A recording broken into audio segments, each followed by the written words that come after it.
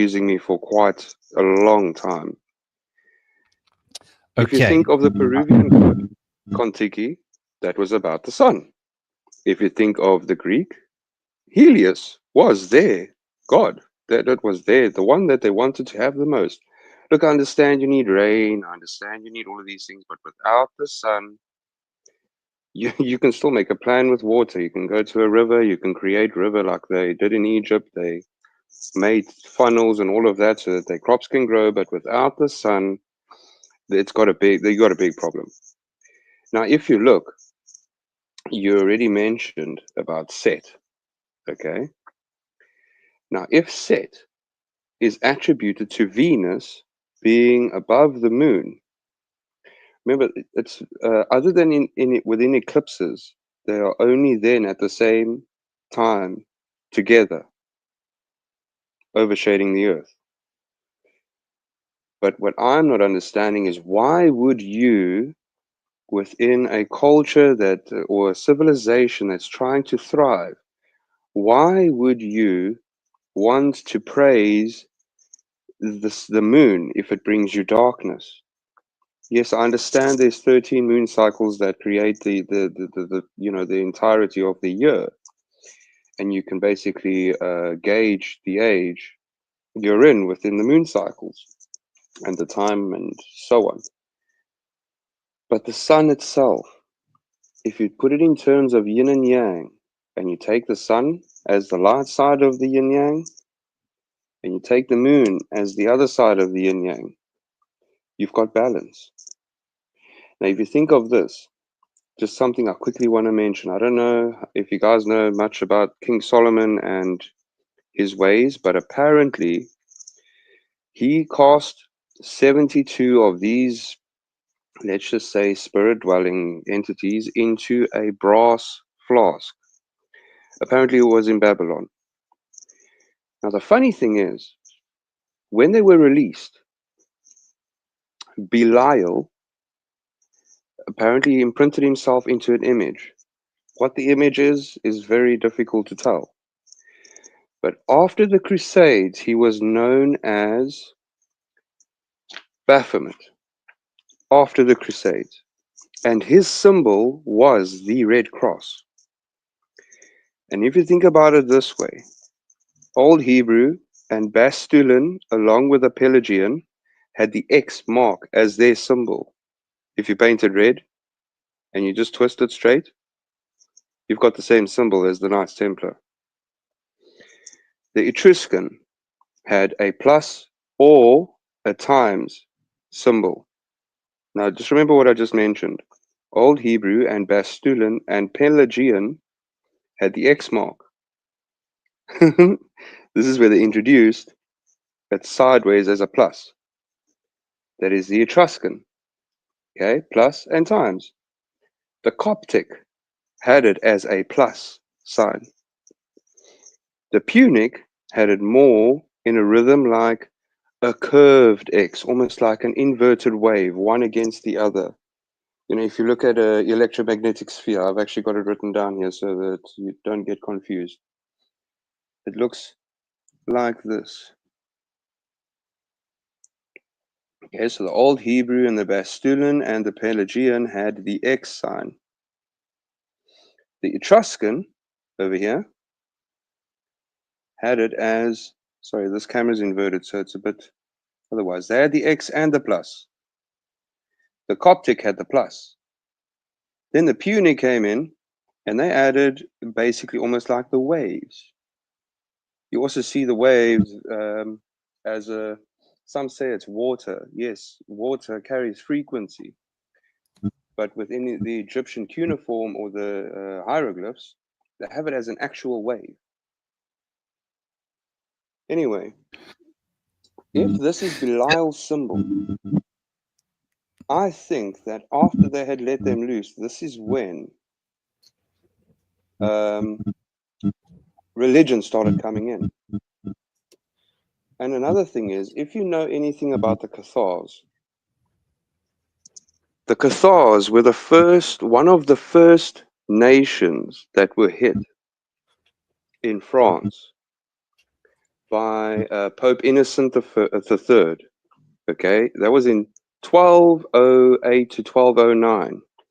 Okay, I'm just quickly going to go there. Sorry, I don't want to keep you guys too long. I don't want to waste your time, but this is something that I have been going into very deeply because I've been doing a lot of research on the millennial era and when it started. So apparently the millennial era was 1,000 years. That is the reign of... Your mic is changing. Huh? Oh, sorry, it's because it's waving around.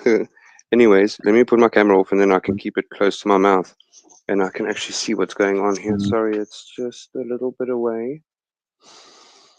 Okay, so here we go. Okay, so the 68th spirit was Belial, created after Lucifer. And he was seen as two beautiful angels sitting in a chariot of fire. He governs 50 legions of spirits, and his symbol was the red cross. That is, after the Crusades, he was known as Baphomet. Okay, this flask was hidden for 1,000 years. The millennial era was 1,000 years. So this makes sense.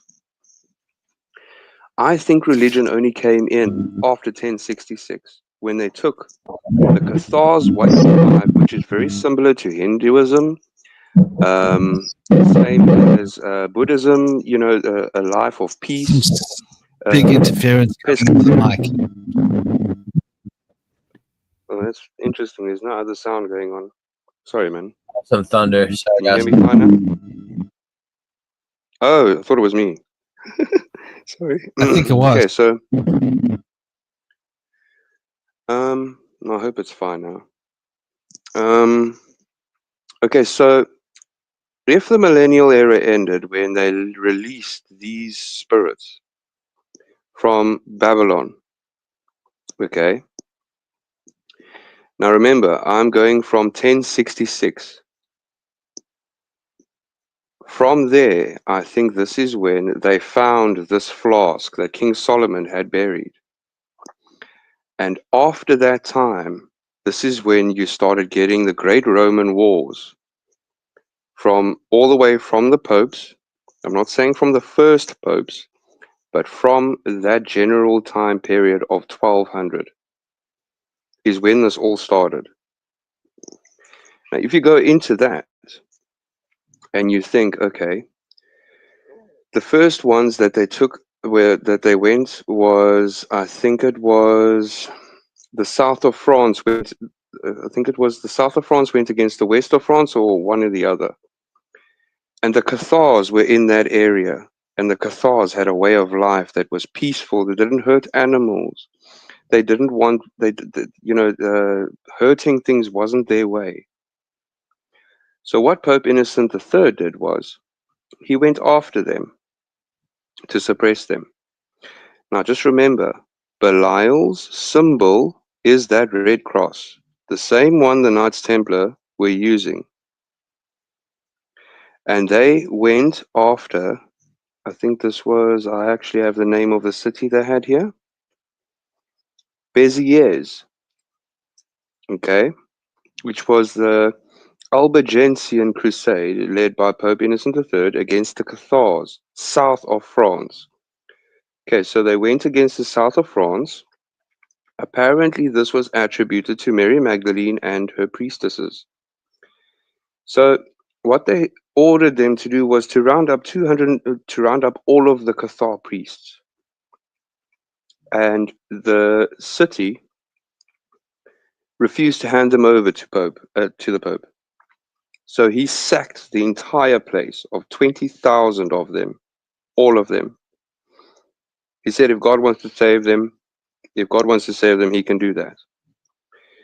Now, this is where I'm digging into every single one of these inquisitions that happened. I mean, you can go all the way from them to the Spanish Inquisition against the Peruvians and all of that.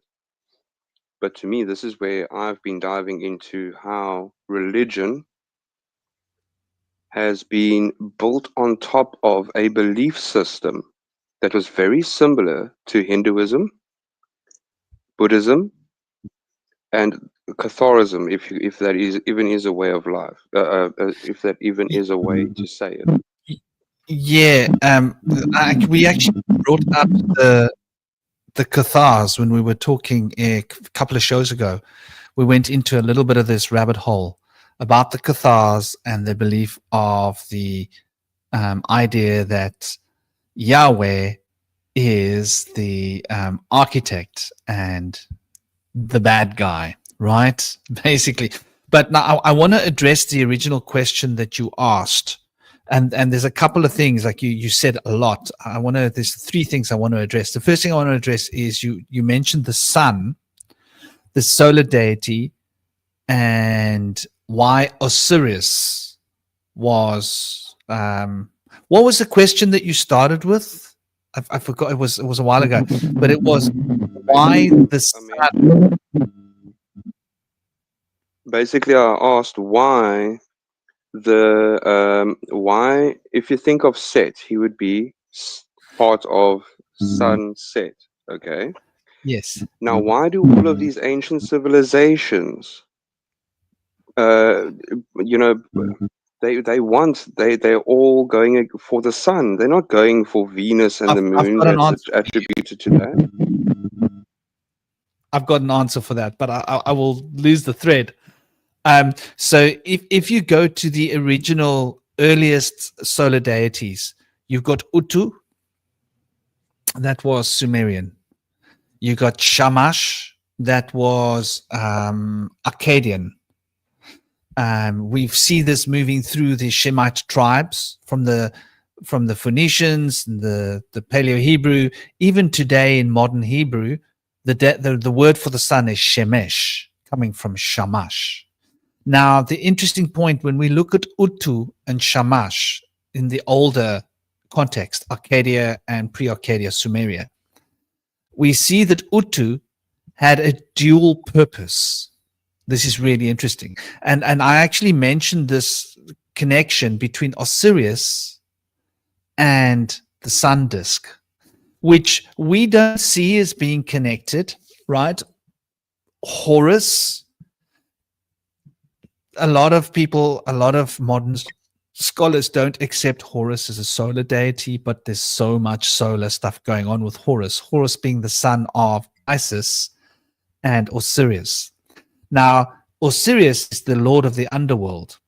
But now, when we look at the Utu, when the sun set, the sun used to go into the underworld.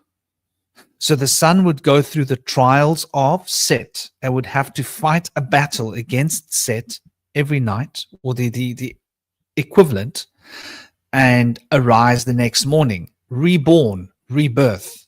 So the sun is the son of God. It's even mentioned in the Old Testament. They changed the word son of God to put the O in there, son of God, instead of the son of God, because the son of God is that symbolism of the divine child. Now we're getting into the story of the three kings as well, as they relate to the three stars and the belt of Orion. The three kings, the three wise men that came to bring the frankincense, myrrh, and gold. These are all the same allegories astrotheologically relating to the three stars and the belt of Orion. And Utu was the one who would go through. So there would be three forms of the original solar deity. There would be the divine child being reborn in the morning. Then there would be the king reigning over the day. And the king would be like strong, in his regalia, ready to go out and fight the wars, what have you. Then there would be the son becoming older. This would be the archetype of the old sage, where the wisdom and the pharaoh giving you the wisdom of the knowledge of the afterlife, the priest kings. So the priest king is the older Gandalf type of a ruler. And so these three aspects are always sort of intertwined in ancient times. So Utu and Shamash would actually go into the underworld, and Utu would even play the role of Hermes. It gets really tricky here. Well, where Tahuti is the judge, playing the role of judgment. Utu used to play the role of judge. He would be sitting in the throne of Tahuti, or Tahuti's older form. I can't remember the name. Sorry, I'll have to go look for it. But there is an older form with Tahuti and Isis having both older names from older epochs of the Egyptian story. But regardless, this throne that Tahuti sits on, which is the judgment throne, would have been Utu in the Sumerian time and Shamash in the Akkadian that followed that. So the solar deity was also related to the underworld, and this is the mystery of the black sun. Now, the mystery of the black sun is bringing us back to Allah that I mentioned before. Being an underworld deity relates to the black sun relating to Saturn, to the black cube of Mecca, the black cube, right, of the black sun. Just think of what we're talking about here. So there's all these subtle connections, and this is why that word Allah, coming from the Mesopotamian deity, is relevant to this journey of the underworld, which is all relevant to Orion's infrastructure, because this rebirth and renewal of Orion is the process that we're talking about, where the sun would go into the underworld and be reborn. You mentioned as well Belial. Now, Belial, if you look at that is the name Baal. That's Baal. Belial.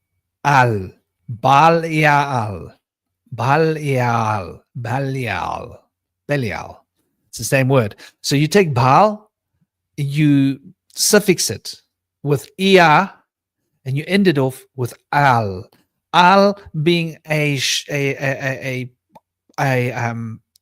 prefix or the suffix of the name Al-Alu. Al-Alu became Al, right? The god of the waters, which is related to Ea as well.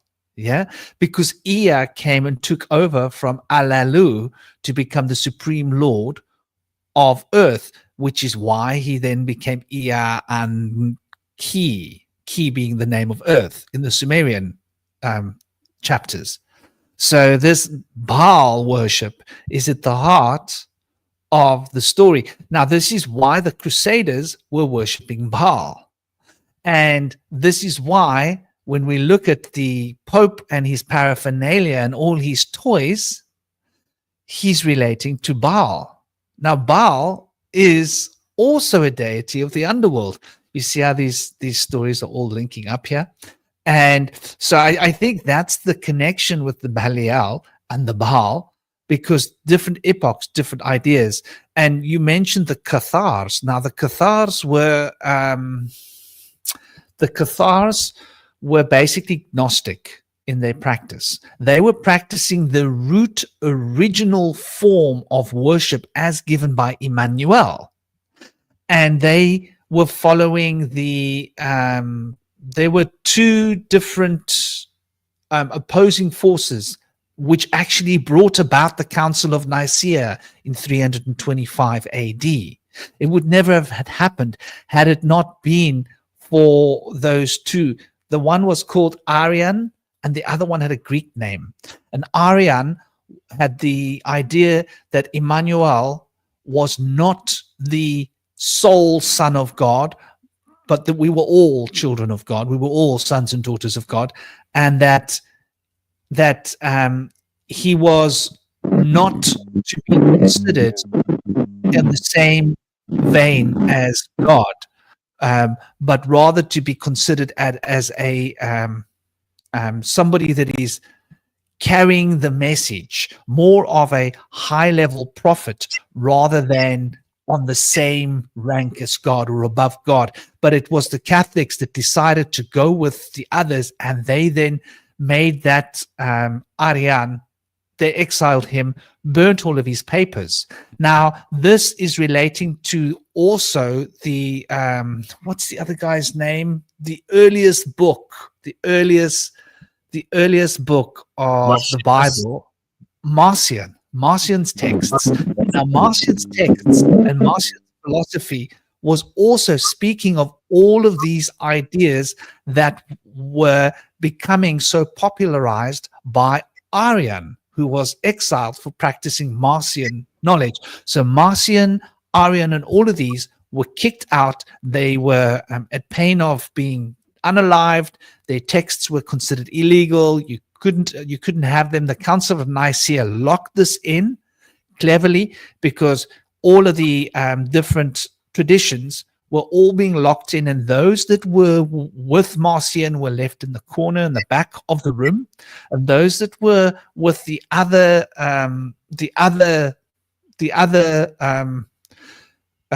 bishop of the Eastern Province of Rome were brought into the fold to be at Constantine's table or around him. So their voices were heard and had a big voice in the construction of the canonized work of the Bible that we have today. So this Marcion text was demonized, and the Cathars were practicing this form of Marcion Christianity before the word Christ had been introduced. So they were practicing Judaism, and this was a big problem for the other Jews. The Pharisees, who had been given in a position of entitlement over their brethren. And the Pharisees were a pretty harsh ruling crew. They didn't want any competition. So they got rid of the competition, and they sided with the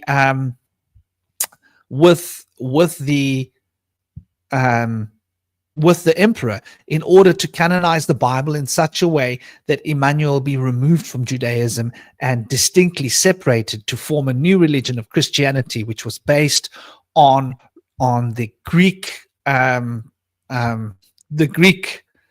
solar deity, the Son of God, who was an embodiment of Zeus, interestingly enough. And so this confusion of why the Sabbath became Sunday instead of Shabbat, which is Saturday, from the tradition of Emmanuel's forefathers. And it was also a question about the illegitimacy of Emmanuel's birth, which had been a big issue that had also been discussed. They wanted to standardize this idea, and you can see through various of the texts. We did this huge deep dive into this some time ago for those that haven't seen it. Took this apart, this Marcion text, very interesting, very different idea of how to interpret the New Testament. But I think that is really what this demonization of this particular Cathar group was, because the Merovingians and the Cathars, they were agnostic, and they didn't believe that Emmanuel was God. In the way that Emmanuel says repeatedly, "Do not worship me," they did not worship Emmanuel. They worshipped the Father. And they did not worship, and here's a distinction, they did not worship Yahweh. In fact, they demonized Yahweh as being the deceiver. So I think that's where the issues came in. Correct. Yahweh is the deceiver, right? I think in times before Yahweh worship, there was a shift. There was a shift from worship of Asherah, and there's a big focus on Baal, but at least there was always a couple of a male and a female god and goddess at the times before Yahweh, until the shift into the sole male patriarchal god. And so I think that like lunar worship has been something that survived in Judaism and has kind of been kept secret from Christianity, because I think a lot of Judaic things represent lunar worship and Saturnian worship, which is kind of something that's like been swept under the rug and been referred to as Satanism to people that are really not in the know. And so I feel like there's been a big shift from like a focus on the moon and the power of 13 and understanding the cycles, and the men serving the high priestesses of the church that were the rulers of the church, and that big shift to the women taking a passive role in society, not having any power in the church, not having any power in any of the institutions, and being kind of prisoned in the home as a possession of a man through Mosaic laws. So this big shift that we see kind of moves from moon worship cults into solar worship cults, and goes from orgiastic rites into like celibacy as something that's being put on a pedestal for like people that want to idolize the new idol. So we see that there's a lot going on there where there's not much leadership as far as like how to treat women and children with the new narrative that's coming in with just a single male that's the son of God, that's a celibate man that never had a wife and child, and the God never had a wife goddess. So there's something to me that just kind of seems a little bit standing out as like there's something missing here. And so if you really look back, I think you can find that there's not only is there a shift in the what's being worshipped, but I feel like women may have been in power during those times. And so there's certain people that have found that in more farther back you go, the sun and moon are switched, and that the sun is represented as a female and the moon is represented by a male. That very well may be possibly because the men have to be more focused on the lunar cycles to understand the women and where they're at, potentially, maybe for reproduction's sake, and having to know like when's a good time when they're ovulating, when she's going to need me, I need to be back, like something like that. So it's a very big shift from what we have today. It's hard to kind of wrap your mind around that kind of a shift. But there's a lot of evidence of the Asherah worship from the 8th and 7th century BC of like Asherah idols and Asherah poles that have been found in times before Yahweh worship. And other thing, you mentioned the date of the late 1000s as well. And that makes me think of Zedekiah's cave. Do you think I lived in Israel for a year and a half, or almost like more than a year and a half, like a little bit less than 2 years? And I never even knew about Zedekiah's cave. And I went to like these so-called the holy places to see like the manger and all that stuff, to go and I couldn't help laughing at the crying wall. I laughed my butt off. I think they wanted to kick me out because like all these guys are crying at the wall. And I was in an ecstatic state. I was like, what are you guys crying over? You guys are crying over something that happened like 1,000 years ago. So it's just like, is there something wrong with this picture? Was it just me? And then I went to the wall and I started crying. But I started laughing because I was like crying. I was like, why am I crying? Like the psychic atmosphere is one of solemnness and crying. So I'm tapped into this group psychic mind and I've got tears coming out of my eyes. I'm like, but it's hilarious, So I got a bit of flack from the admin crew there. They were like, firstly, they wanted me to wear their silly little hat. And I was like, dude, I'm not wearing your hat. I got my own hat. My hat was like a rainbow hat. They weren't happy about it, but I was like, well, my head's covered, So there's this dude with this like big rainbow hat on, and he's laughing at the crying wall. I think they were like, okay, now like that's enough now, They were going to get aggressive if I didn't stop. But that Zedekiah's cave, I believe that there was an excavation there around that time. Know thy enemy, and so they were called the Knights of Christ originally. Yeah. The Priory de Zion had established the Knights of Christ, I think around 1051, according to the documentation. So the Priory de Zion is the guys who were the wing of the Pope. The Pope needed an army. Pope wanted their own military. So they got the Priory de Zion to train up their, what do they call them? Monk priest warriors. And that's where the Knights of Christ came into, and that became later on the Templars through the eons. But they were originally charged with the Holy Land, and they went to the Holy Land. And then there are stories and writings and rumors about how they excavated the Solomon's mines. So we're talking about the stables. However, at the same time, we've got Zedekiah's cave. Now, Zedekiah's cave, I actually put a little video about this on my page just last week. On my channel in Telegram. Zedekiah's cave is the sacred place where the Masons get all of their cornerstones for all of their Masonic lodges. So if you've ever walked into a Masonic lodge, right, the Escher has been taken from Zedekiah's cave, which is 109 feet from the sacred place where all the Christians go in Jerusalem. Isn't that interesting? Like specifically 109 cubits. So this Zedekiah's cave is related to the underworld, and this cave is huge, by the way. It's 20,000 square meters. That's mapped. Okay, 20,000 square meters. That's mapped. There's a whole unmapped area where you're not allowed to go in that apparently goes all the way to the Temple Mount. So the Temple Mount has a cave underneath it. And apparently these caves go on for who knows how long. Was it Zedekiah?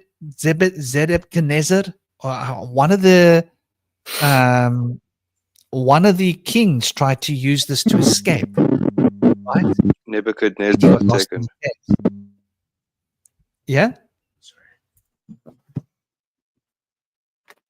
Oh, sorry, it was Nebuchadnezzar II, yes. Are they caves? Are they like natural, or have they been like tunneled? They are natural caves that have been worked on and tunneled. They're ancient. They're very ancient. We don't know how ancient they are, but this is the most auspicious, important place for all Freemasons on Earth. Yeah. And they have big Freemason meetings of all the lodges in those caves on sacred dates. And they always have been. There's photos of the Freemasons being there, like, It's connected to most of Solomon's underground trade routes. It's connected. It's like the they say it's the basic. It's like the buff, the shuttle that takes you to all of the other most important parts, which is either attributed to the star forts or the capital buildings that are across the plain. That is basically what King Solomon set up for his trade routes. Brother, I don't know what's going on with your mic, but it keeps going. Maybe it's got to do with your volume, or maybe if you are holding it or moving it, there's a wire that's kinking, just so you know. It keeps making these feedback sounds. But yeah, so this does actually link into the underworld, because there's a strong presence of this underworld rituals that have been done.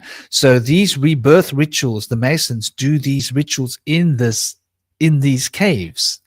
And like you say, there is no real knowledge of how far these caves extend, because they are off limits, right? You're not allowed to go down there. They're off limits. Even though you can see where the caves go on, it's clear, you're not allowed there. It's cordoned off. So, but it's cordoned off. It's not completely. There are things down those caves that they don't want us to go and see. This is why they haven't put up fences and actually built it up, right? Otherwise, they would have built it in. But I think there are secret meetings of the Masons that go on further into underneath the Temple Mount. So I want you to understand that while the Muslims are up there doing their prayers to Allah, the Masons are probably underneath the Temple Mount doing their whatever jig that they dance. Isn't that interesting? Baal and then of course when we put that into perspective, that where this deity comes from, yeah, this deity of Allah, right? This is a Mesopotamian deity of the underworld. So when you're worshipping Allah, you're worshipping an ancient Mesopotamian deity that has lived on through the Arabic world. And it's to me, it's like fascinating that this information has been so well guarded and hidden. Is my mic a bit okay now? Yeah, man, sounding much better. Sorry, man. But Underworld. Oh, go on, brother.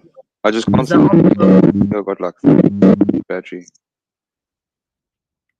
Right. Is there underworld seen as a hell in Islam? So I've just checked quickly what Allah is, and it seems to see it's like a hell where you get judged. No, there's actually a deity called Allah, a Mesopotamian deity of the underworld. Oh. And this deity does play the role of the judger. Plays the same role that Tahuti plays, I think. Or Anubis or Mot. I think Tahuti. Where is it? So is that similar to Mot, the weighing of the heart and the feather? No. Mart is balancing the feather on the scale. Hmm. Tahuti is the king of the underworld domain. No, sorry. Tahuti is sitting on the throne in the position of judgment. Oh, it's Anubis, off. yes, exactly. Okay. Anubis is the attendant. He is the one who will take you across the ocean of the underworld to get to the place of judgment, and he will be your attendee, your butler. And who else is there? And Anubis is the king, and Tahuti is in the place of judgment. So that's like your triangle being formed there, right? Tahuti and Isis or Alalu, Isis or gosh, all these names are getting my tongue tied. Or the Sumerian or the Akkadian version of her will travel through the underworld. So Isis is the only one who travels through the underworld. This is why the pyramids are aligned with Orion. He is the sacred embodiment of this process of going through the underworld to be reborn, and he is aligned with Isis. That's why the 3 stars of the belt point southeast directly towards Sirius, and Sirius is the dog star, and this dog star is obviously the star of Anubis with his dogged head. And Hecate is associated with black dogs as well, and she's the guardian of crossroads and thresholds, hence why there's a subtle link between Anubis and Hecate. And like I mentioned earlier, they're both on these really old coins, so it's very interesting. Also, Anubis I sort of correlate kind of to the heart, like the Anu, the abyss, that's within, the darkness that's within, and then Thoth would be the knowledge.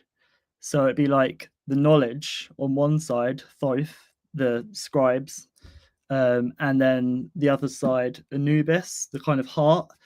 And it seems like the process of getting through to the next place, like the ark, you'd have to have a balance of the car and the bar, or a balance of knowledge and intuition, and to be in harmony, so that this you, which is the center, the central pillar, the one that should walk the middle way, is able to go through the center. So yeah, it's interesting that Thoth and Anubis are both there, and it's a weighing of the feather, like the mind, I guess, kind of, and then the heart, which is your intuition. And I think it's so important to have balance of both, so we cross over, because that's what it says about the ark. The ark is the part of us which goes through to the next place, but to do so, we have to have a balance of the car, the mind, and the bar, the identity or persona or intuition. And I think that's what this is all about, is the rebirth of the spiritual warrior. Or I keep thinking, when I hear that phrase, I keep thinking hero within, because the Messiah is in us all. Like, it's been externalized to make us think that God's only son died for our sins, and there's so much guilt and stuff there. And we've been pushed for like God's been kind of pushed further away from us, like the Father in heaven is further away. And then also at the same time, we've been detached from nature, the great mother as well. And we're just in the middle, like the children. And and sort of being pulled one way and being pulled the other, kind of with no orientation, no kind of anchor point. That ties into AI as well to fill that void.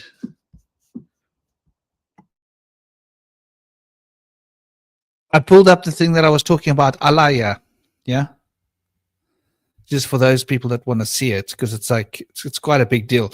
So he's the attendant deity of Ningishida. And Ningishida is, and Dumuzi is the scribe. Yeah. Dumuzi is also related to Ningishida from the Sumerian story. Dumuzi was the scribe of Eridu. And Ningishida invented writing. So I think Dumuzi is a later form of the same, but regardless. And so Sukal, he functioned as Sukal, and as Sukal, he's the attendant of Nengishida. Nengishida is Tahuti. The attendant of Tahuti is the butler, is Anubis, what you were talking about, yeah? So that's you want to get right to the roots of where the and Allah Gula, or often just called Allah, is this. And it's interesting, the iconography or logo graphically, and Nagar. Now, Nagar is interesting because this relates also to the Vedic, yeah? Nagar Sanskrit. So Nagar in Nagara means a city or a town or a place, like a civilization, right? So we're talking about the roots of civilization. We're talking about Tahuti coming to us in the form of I can never say this guy's name very well. Ningishida. Ningishida. Ningishida came and basically taught us writing and agriculture and farming, but his attendee was Allah. Isn't that interesting? And so we're talking about the dog star Sirius. So Sirius is related. Now I'm betting you, am I right? Your research of is Sirius star related to Hecate? Yeah? I'm not sure. I mean, I don't. Yes, of course. Hecate is linked to Sirius because she is Isis, The right? dark side. Isis, Hecate, same thing. Sirius, same thing. And we're coming back to the belt stars that link up Sirius to Is that known as Ryan. the dark star? The dog. The dog star. The dog, not the dark star, Dog. not the black sun. Well, is it the I dark think- dog? The dog eat stars, so they dog around each other. Canis Major. Okay. Yeah, basically, it's a binary star though. So there could be connections with the black sun because one star will be hidden behind the other star. And so this is the idea that our sun, I don't know, you guys have obviously come across this. It's not really supported by modern scholars, but there's this idea that our sun might be part of a binary system. Yeah. It was popular about 30 years ago, but it seemed to have lost popularity. Interesting. They talk about Nibiru being the binary star, but also in astrotheology, Santos Bonacci and Jordan Peterson talk about our connection with Sirius being somewhat of a binary star system, in that we have a golden age when we're in close proximity to Sirius, and then when we're at furthest point from Sirius, we're in the darkest of ages. And they say those are the cycles that we go through in our relation to Sirius. But I don't know how closely you guys follow with the studies of Sirius and the Dogons. The Dogons mentioned there was a Sirius C. So that's a dark star itself right there. They haven't found Sirius C yet. And it very well may be that Sirius C could have been destroyed or possibly relocated.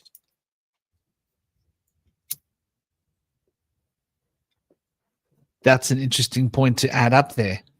They do mention that, and they don't just mention it. They've got a lot of really interesting charts, which we only discovered, we only verified after we built bigger telescopes. So it's not modern. We were not able to verify their findings because we didn't have telescopes big enough. So people scoffed at it and laughed at it, and then we built a bigger telescope, and we were like, hold on, isn't that what these Dogon people have on their cave walls? They had really good eyes, you know. And the people who came from there, the Nomos, were said to be androgynous. So they kind of look like man and women all look the same, just kind of curvy, amphibious beings.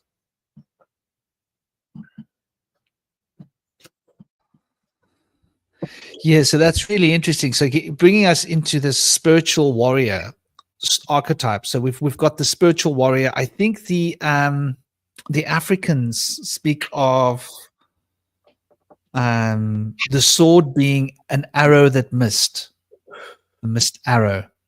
When their story about the warrior in the sky, right, Orion.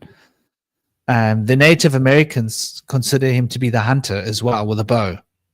It looks like he's got a bow. You can look at that picture in different ways, interpret it in different ways. He's also got a bow in the Greek story, hasn't he? He's also the hunter in the Greek stories. But I don't know whether he uses a bow. Didn't they use javelins to hunt? In older portrayals, he has a sword. Does he not? I think I've seen him with a sword. Yeah. But he's called the hunter. Right.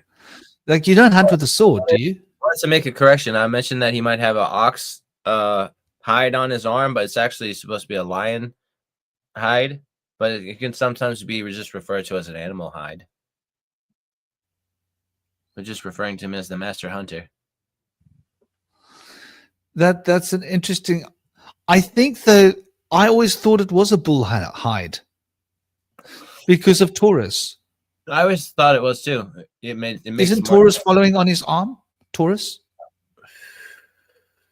But like he's like pulling the bull with him. And he like slays the lion. Don't the bull and the lion fight? No, but I mean, like the constellation of Taurus happens to be right there. He's like standing on Taurus, isn't he? What about in the stock market? There's the bull goes against what? The lion? Is that right? Yeah. I'm not that clued up, but bullion. Bullion. Yeah. Get your bully on. Come on, guys, let's get your bully on.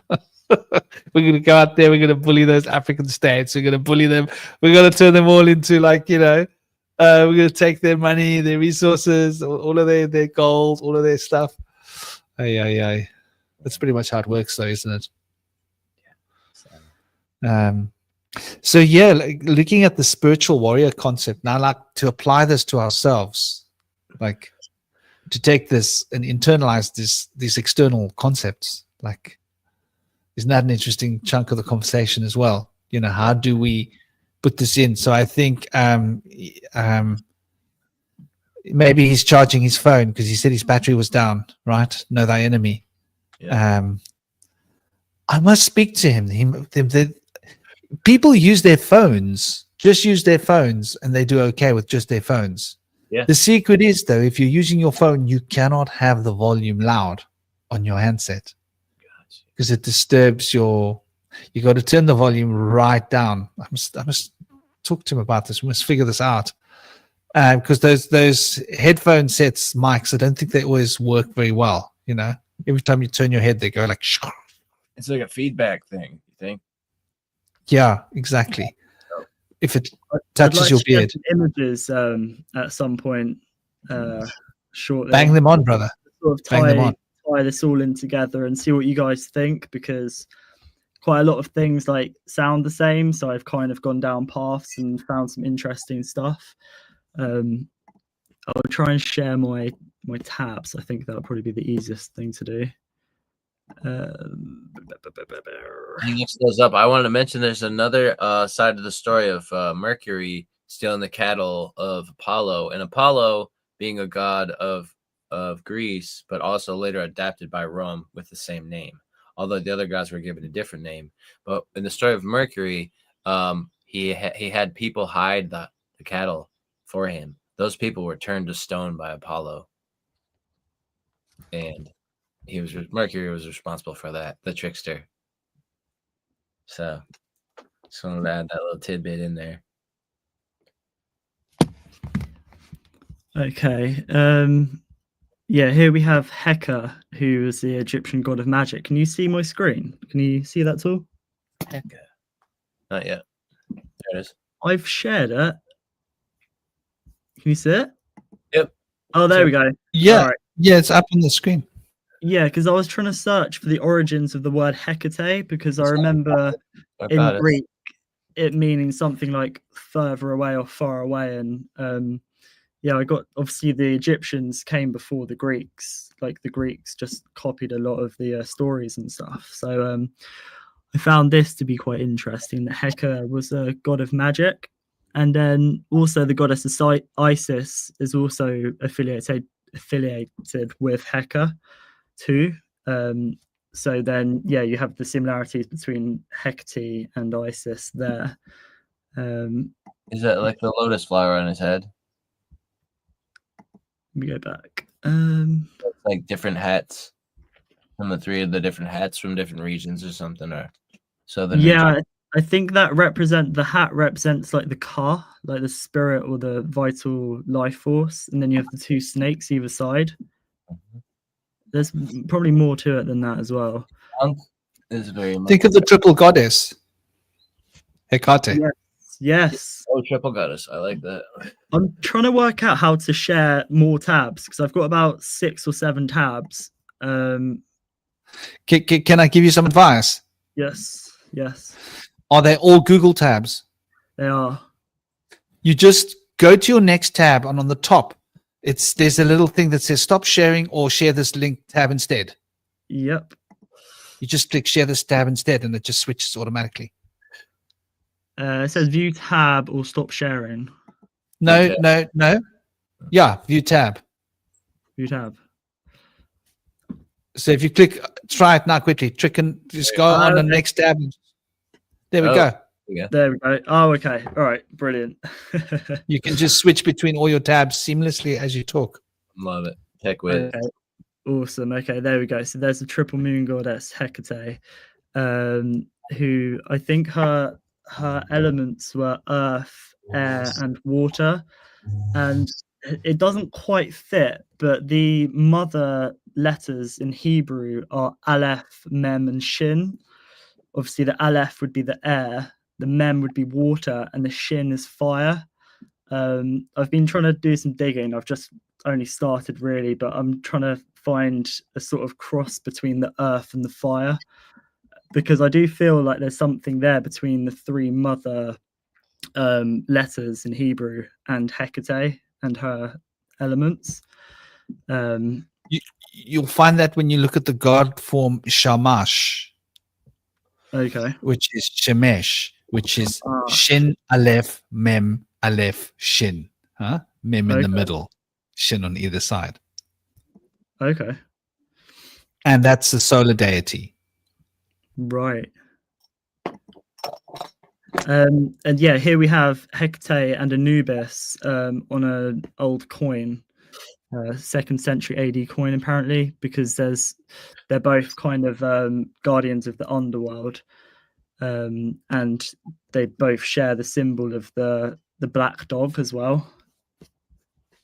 So, and then yeah, this is the North Pole of Saturn. I'd like to see what you guys think about this actually. So on the North Pole of Saturn, allegedly, there's a hexagram. And then on the South Pole, there's an eye.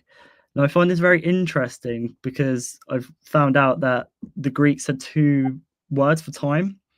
Kairos, which I associate with the North Pole of Saturn, like magnetic north, if you like. A structured water looks like a hexagram, like coherent water or snowflakes. So that's the kind of watery magnetic energy. And then the south would be an I, which is the more kind of quantitative, observing, more of a kind of linear Chronos time. So I followed the trail of Kairos. This is him. Looks a lot like Mercury and Anubis. There's a character called Hermanubis, I believe, but it's funny, very interesting. He's got wings on his sandals, and he's got wings on his back, and he's got scales. So Kairos represents, yep, definitely Mercury, definitely Quetzalcoatl, definitely the feathered serpent, and he's even playing the same role as he's there with the scales, right? So he's the judge of the underworld, right? Which is the role that Tahuti plays. Yeah, and the underworld would be associated with water, intuition, I guess, wouldn't it? I associate the under with earth and water, and the above with fire and air. And obviously, to cross the underworld, you have to cross the waters, right? Exactly. The triple goddess actually rules over that ocean. Yeah. So then I followed this train a bit more. So you have Kairos, and then you have the Chi-Rho symbol, which is it's an ancient Christian symbol formed by two overlapping letters, the X and the P. The Chi, the Chi, which is the X, the cross, and the P is the Rho. And I kind of, in my mind's eye, I correlate these to the Ka and the Ba. The Ka being the Chi, or the cross, or the X, like the fire, the life force, and the Rho, the P, being more of the Ba, or the heart, because I've got a saying that I use to do with synchromysticism. Like the sync Rho is like your mind is a sink, and you let things come in, like the water, like water comes into a sink, but then you have to reverse osmosis it with your heart. You can't just let things come into your mind and stay there and become stagnant. You have to reverse osmosis, Rho, movement, use your oars to spin the information or the memory, and then release all the heavy metals or the heaviness, and just let stick to you with my stick what you believe to be true. So it's a balance of knowledge and intuition. But I think that what's happened is they've got rid of the heart, they've got rid of the P, they've got rid of the Rho, and just kept the cross, so it's more stagnant energy.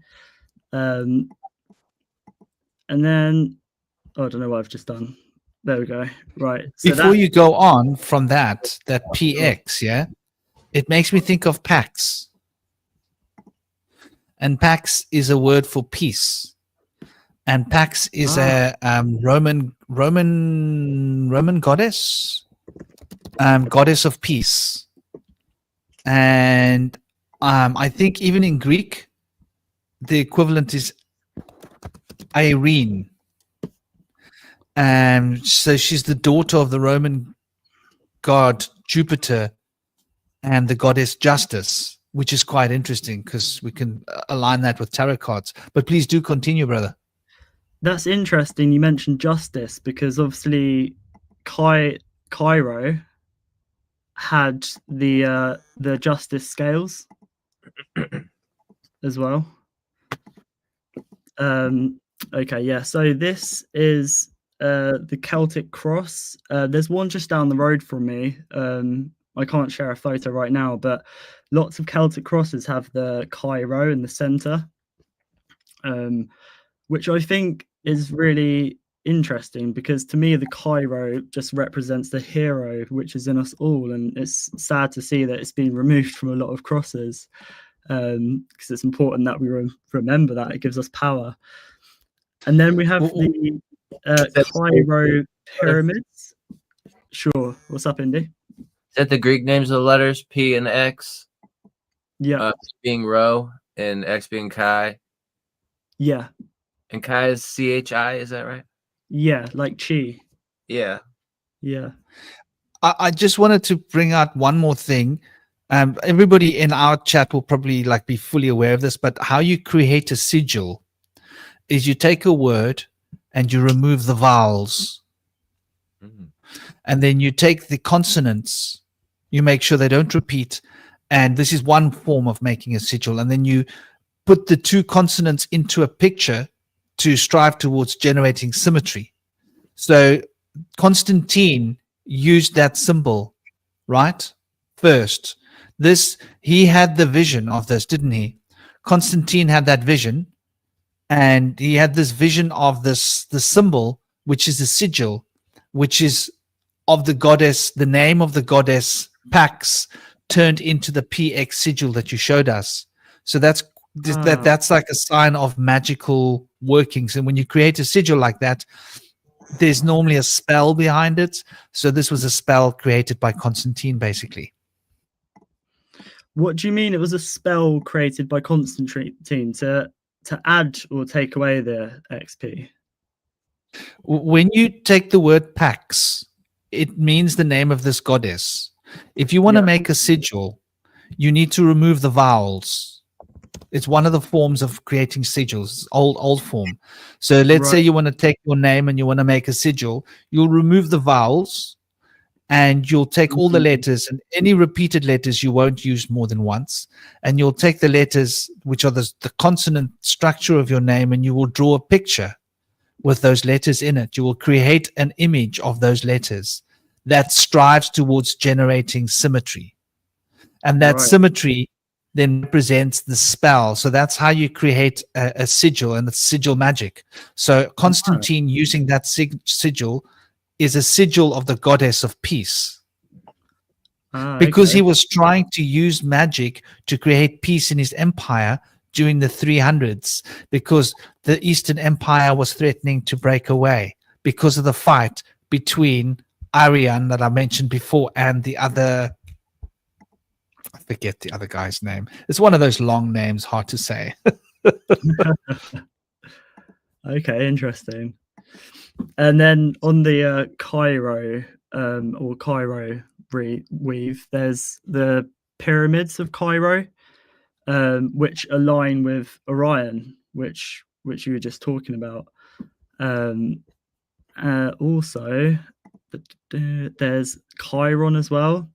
I mean, it might be a little bit of a stretch, but it's not too far off Chiron.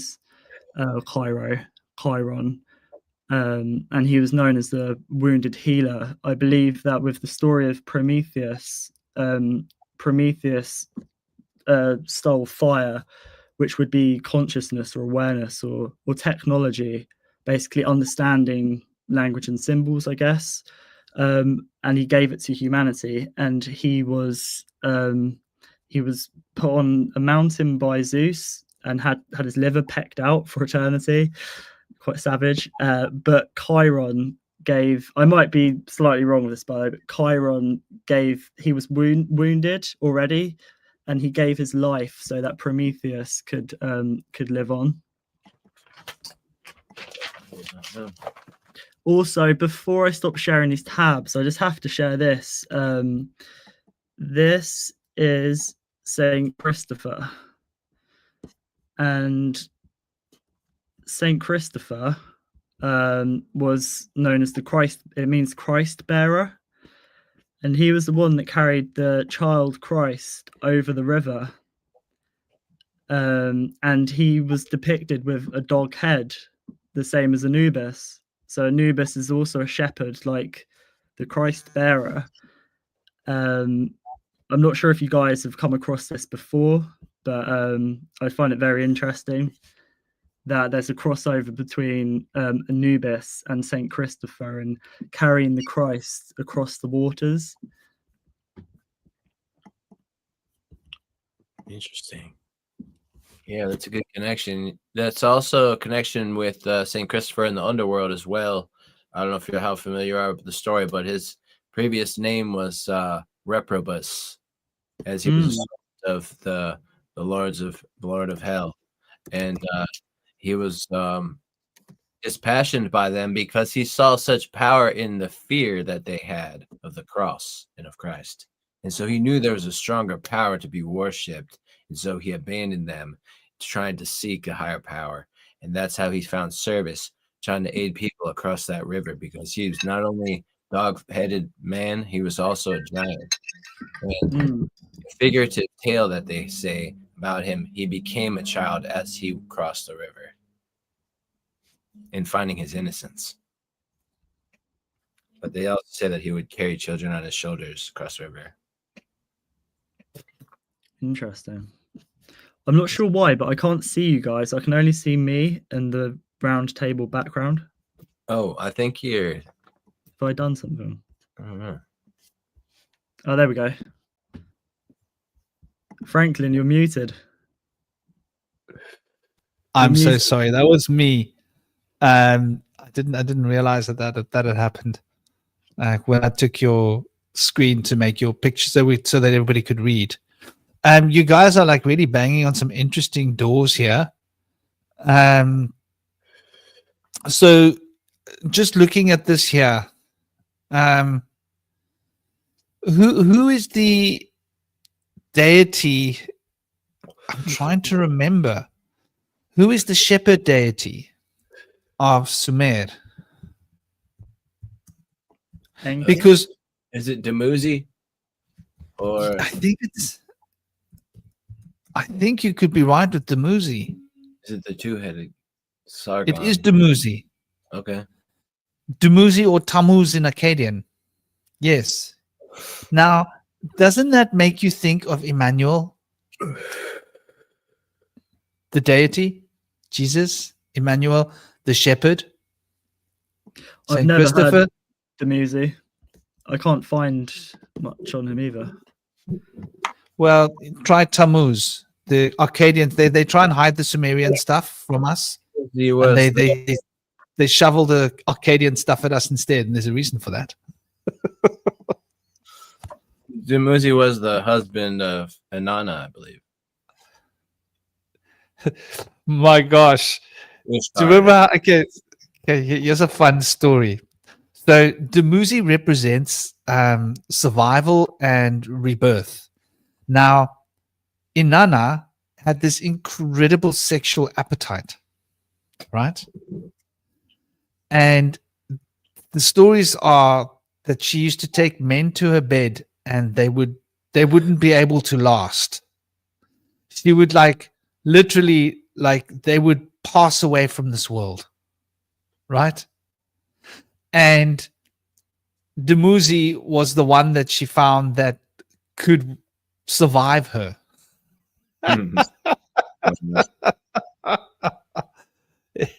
So there's an interesting story, which I think is an allegory astrotheologically, got to do with Venus going into the night part. So what then means that Dumuzi must be the masculine form of Venus? Does that make sense? Was he Enki's son? Is that correct?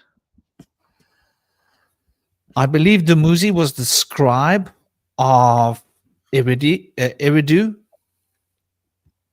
Because it says his father Enki is rarely mentioned. They could be brother and sister, but Inanna's his I daughter. think he must be. He must be. Well, he must be of the lineage of Enki. It gets a bit confusing, but it seems likely.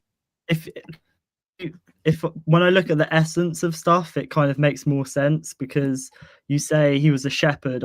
I see Enki as a shepherd, and then I see a crossover of Christ or Emmanuel, and then also Lucifer as well, like the torchbearer. So the essence is there, and Venus, of course, as well, the bringer of light, and also Venus meaning self-love as well. And then I think you said Venus is related to the Akashic records as well. Perhaps that's inside of us, like our DNA or our light. But the light that is in the water, you have to go through the waters to find the light, because DNA is in water.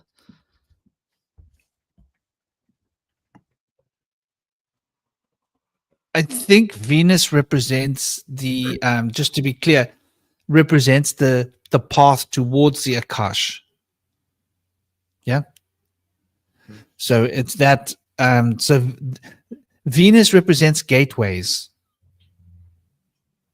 Yeah. Yeah. Into other worlds. So crossroads. Portals. To a certain degree, yeah. Could Of course. say Lucifer being sort of mingled there with the Statue of Liberty, and Well, I mean, Isis is associated with Venus because of this. okay. And Isis associated with Hecate because of this. So if you're opening a doorway, and this is like really going back to the roots of shamanism, because people say like, what is shamanism? They think it's all the psychopomp work. It's not. Shamanism is learning to go through those astral doorways. And so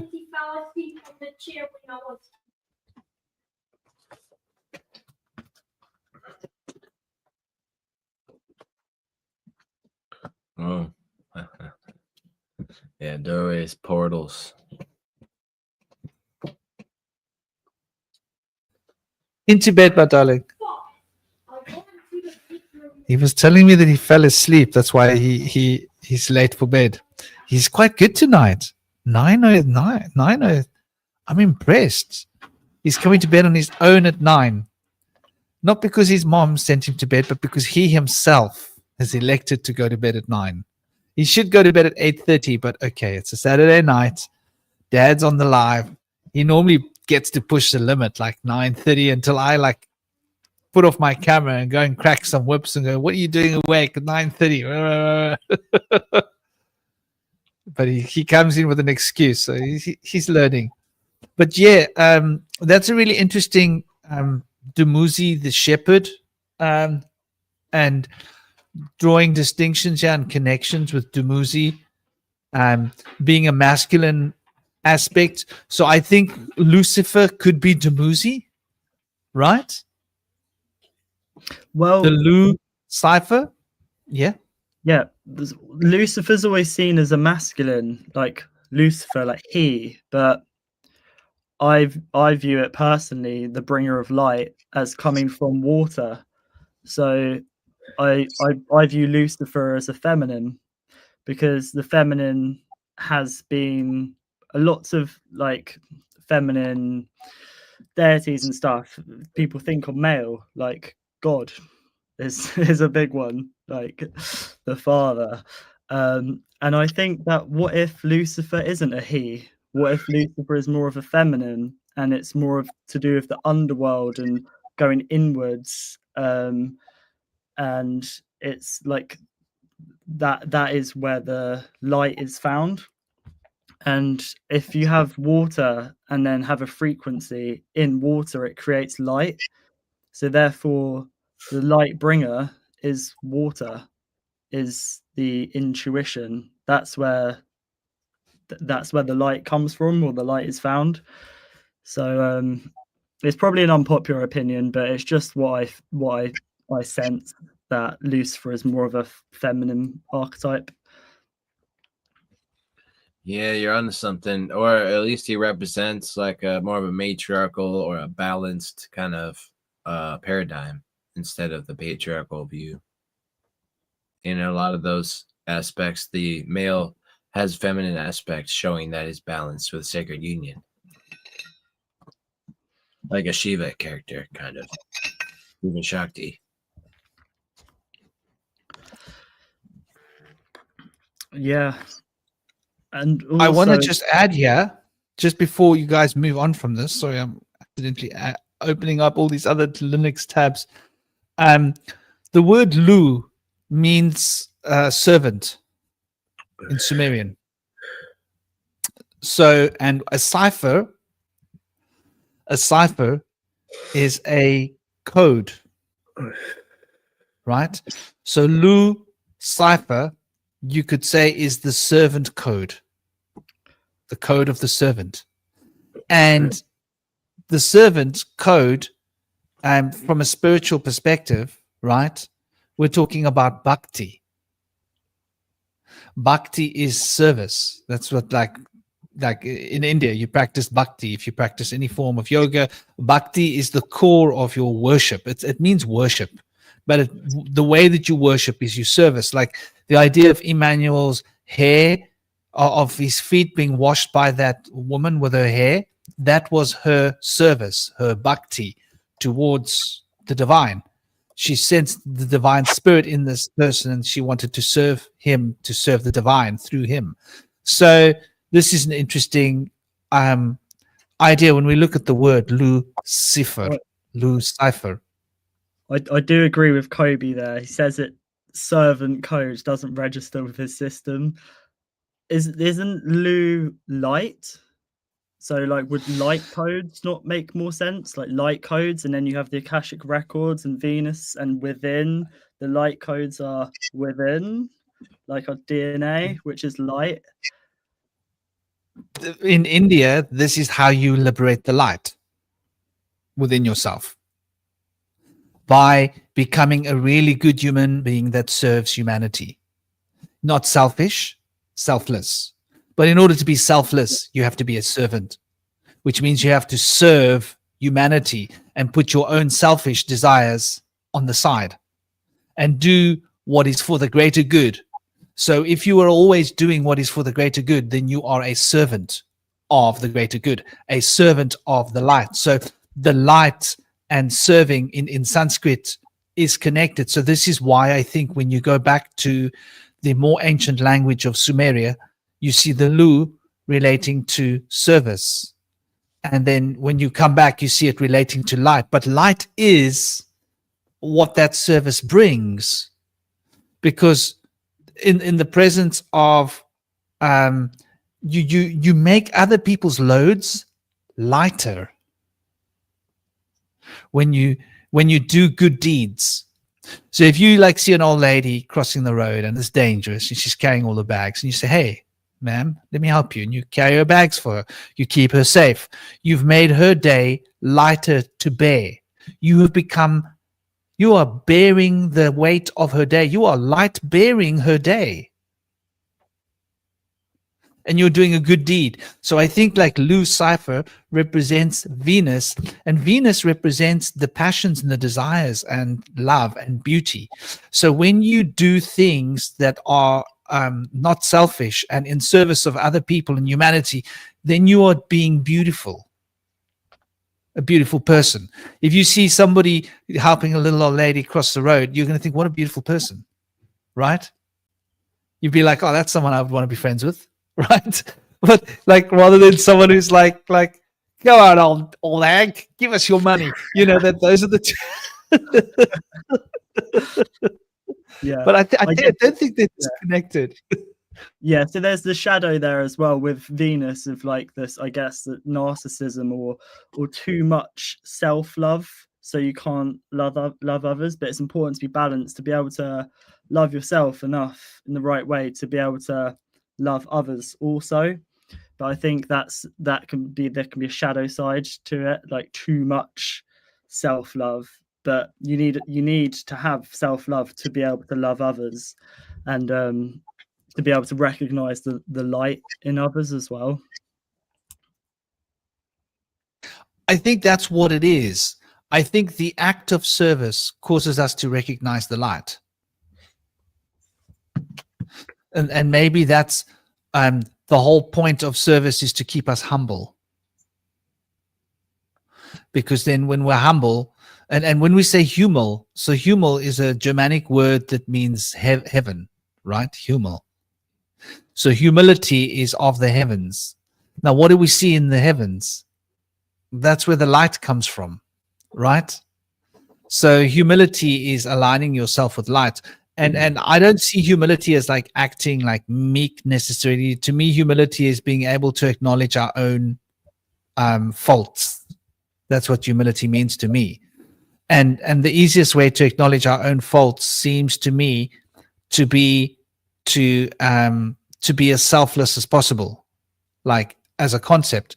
Because if you aren't fully, so like, I think you're right. I think Lucifer represents the spiritual high potential within every human being to serve the light by being humble. But I think that it's been twisted by the likes of the Council of Nicaea and their cronies. Yep. That's really interesting because I haven't looked into the Council of Nicaea too much, but the number for this year is a number 9, and there was this Sears virus this year between 2025 and 2028, and I was just like, oh, 9 Seer, and it reminded me of hearing about the Council of Nicaea, and I think what that was about is happening now with all of like these people flying the Red Cross and being kind of stuck in this certain view of Christianity, which is just so warped from what it should be. There's a lot to that with certain events recently as well, with Charlie Kirk and AI, because Kirk means church, and it's Charlie Church, which is the third church, which is the third temple they're trying to rebuild, which is this. I think you have 1 temple, 2 temple, and the third one is our center here. And I think this is where the artificial intelligence is coming through. It's coming through our Christos. And I was listening to a podcast about alchemy, and when they were mentioning plant and then using gas to extract the oil, I was like, oh my God, this is how they're extracting our Christos, our oil, by gaslighting us. They're gaslighting people into giving away their essence, and it's going to be replaced with this artificial essence. And I just found that so interesting. Like, I was just hearing them say the plant, and I was like, the plant is us. Yeah, so Charlie is obviously Alpha Bravo Charlie. It's 3, so third church or temple, and the third temple is trying to be rebuilt. And then you have the whole ceremony on the solar eclipse where they're all talking about AI, and it's mad. Don't really want to change the topic too much into that, but I think it's important because we're talking about the spiritual warrior, the Christ, and stuff like that, and the Christos. And I think that people are giving away their Christos, or their like potential, or their hero. They're externalizing the hero again, whereas it's so critical right now that the hero comes from inside, that we're a vessel for the light, and therefore we can share the light, but it needs to come through us. It needs to come through us, and we need to beam like the sun so others can pick up on that frequency. It's the only way we're gonna win this war, because it is a war. There's a war in our minds. There's a war in the material realm, like the matter at the moment, but there's also a war in the spiritual realms as well, I believe. There's a lot going on at the moment, and people need to start stepping up into their highest potential, using the ancient intelligence, the AI, which is the ancient intelligence, not the artificial. They can have their artificial, external, mechanical, but people are starting to remember who we are, where we've come from, and see where we're going. And most people don't like where we're going, so we need to try and create a new path. Right, rant over. Yeah, it's interesting, like what you guys are getting at here. I'm looking at the Sumerian, and the word Z in Sumerian is the word for true, the word for health, the word for life. How cool is that? So Lu is the word for servant, right? And the word Z, Lu Z, is the word for life and truth in Sumerian. So Lucy means the servant of truth or the servant of life. And that word Lucy has become the word for light in Greek and Latin. So it's just very interesting when you look at these cross, how these things all sort of interpenetrate each other. I can't find fair, but I'm guessing, what does the word pharaoh represent? Fair in Coptic. I wonder if it survived into Coptic. Doesn't.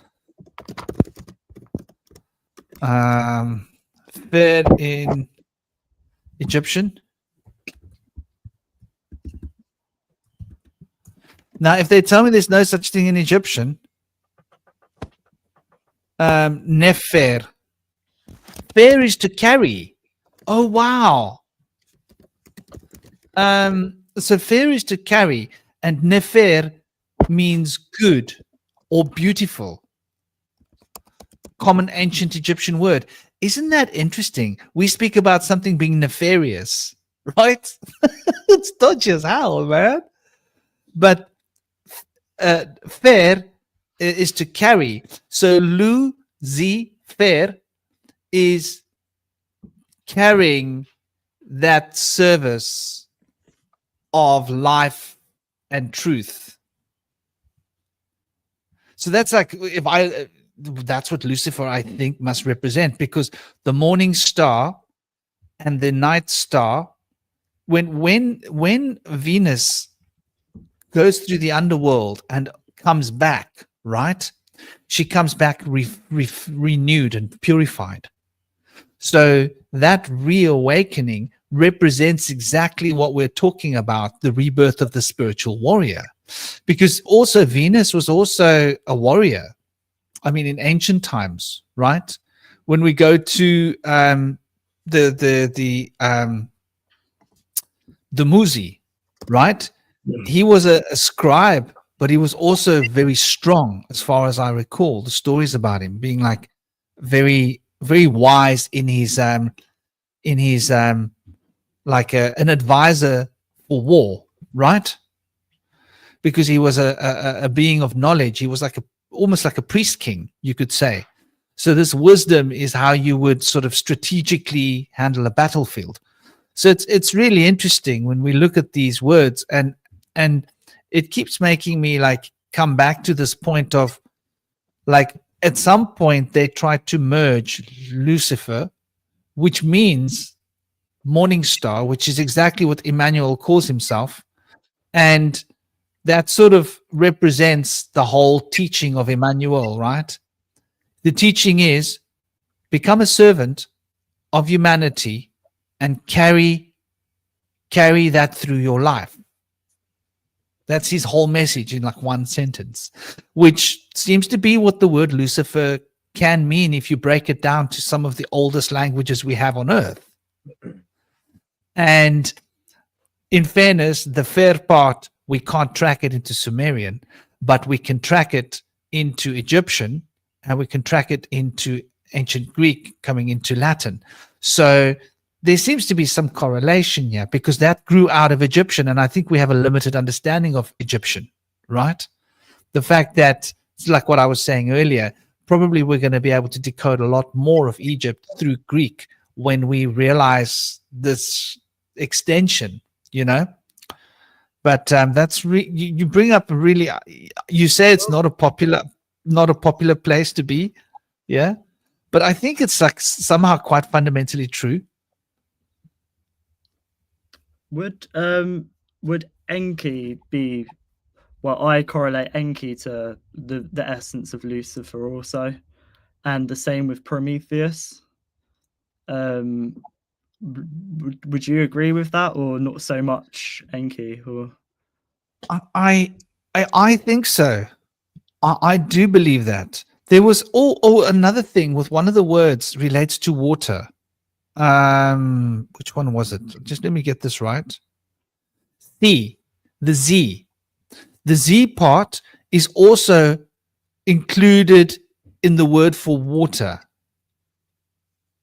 How is that? Zia becomes the water or the sea.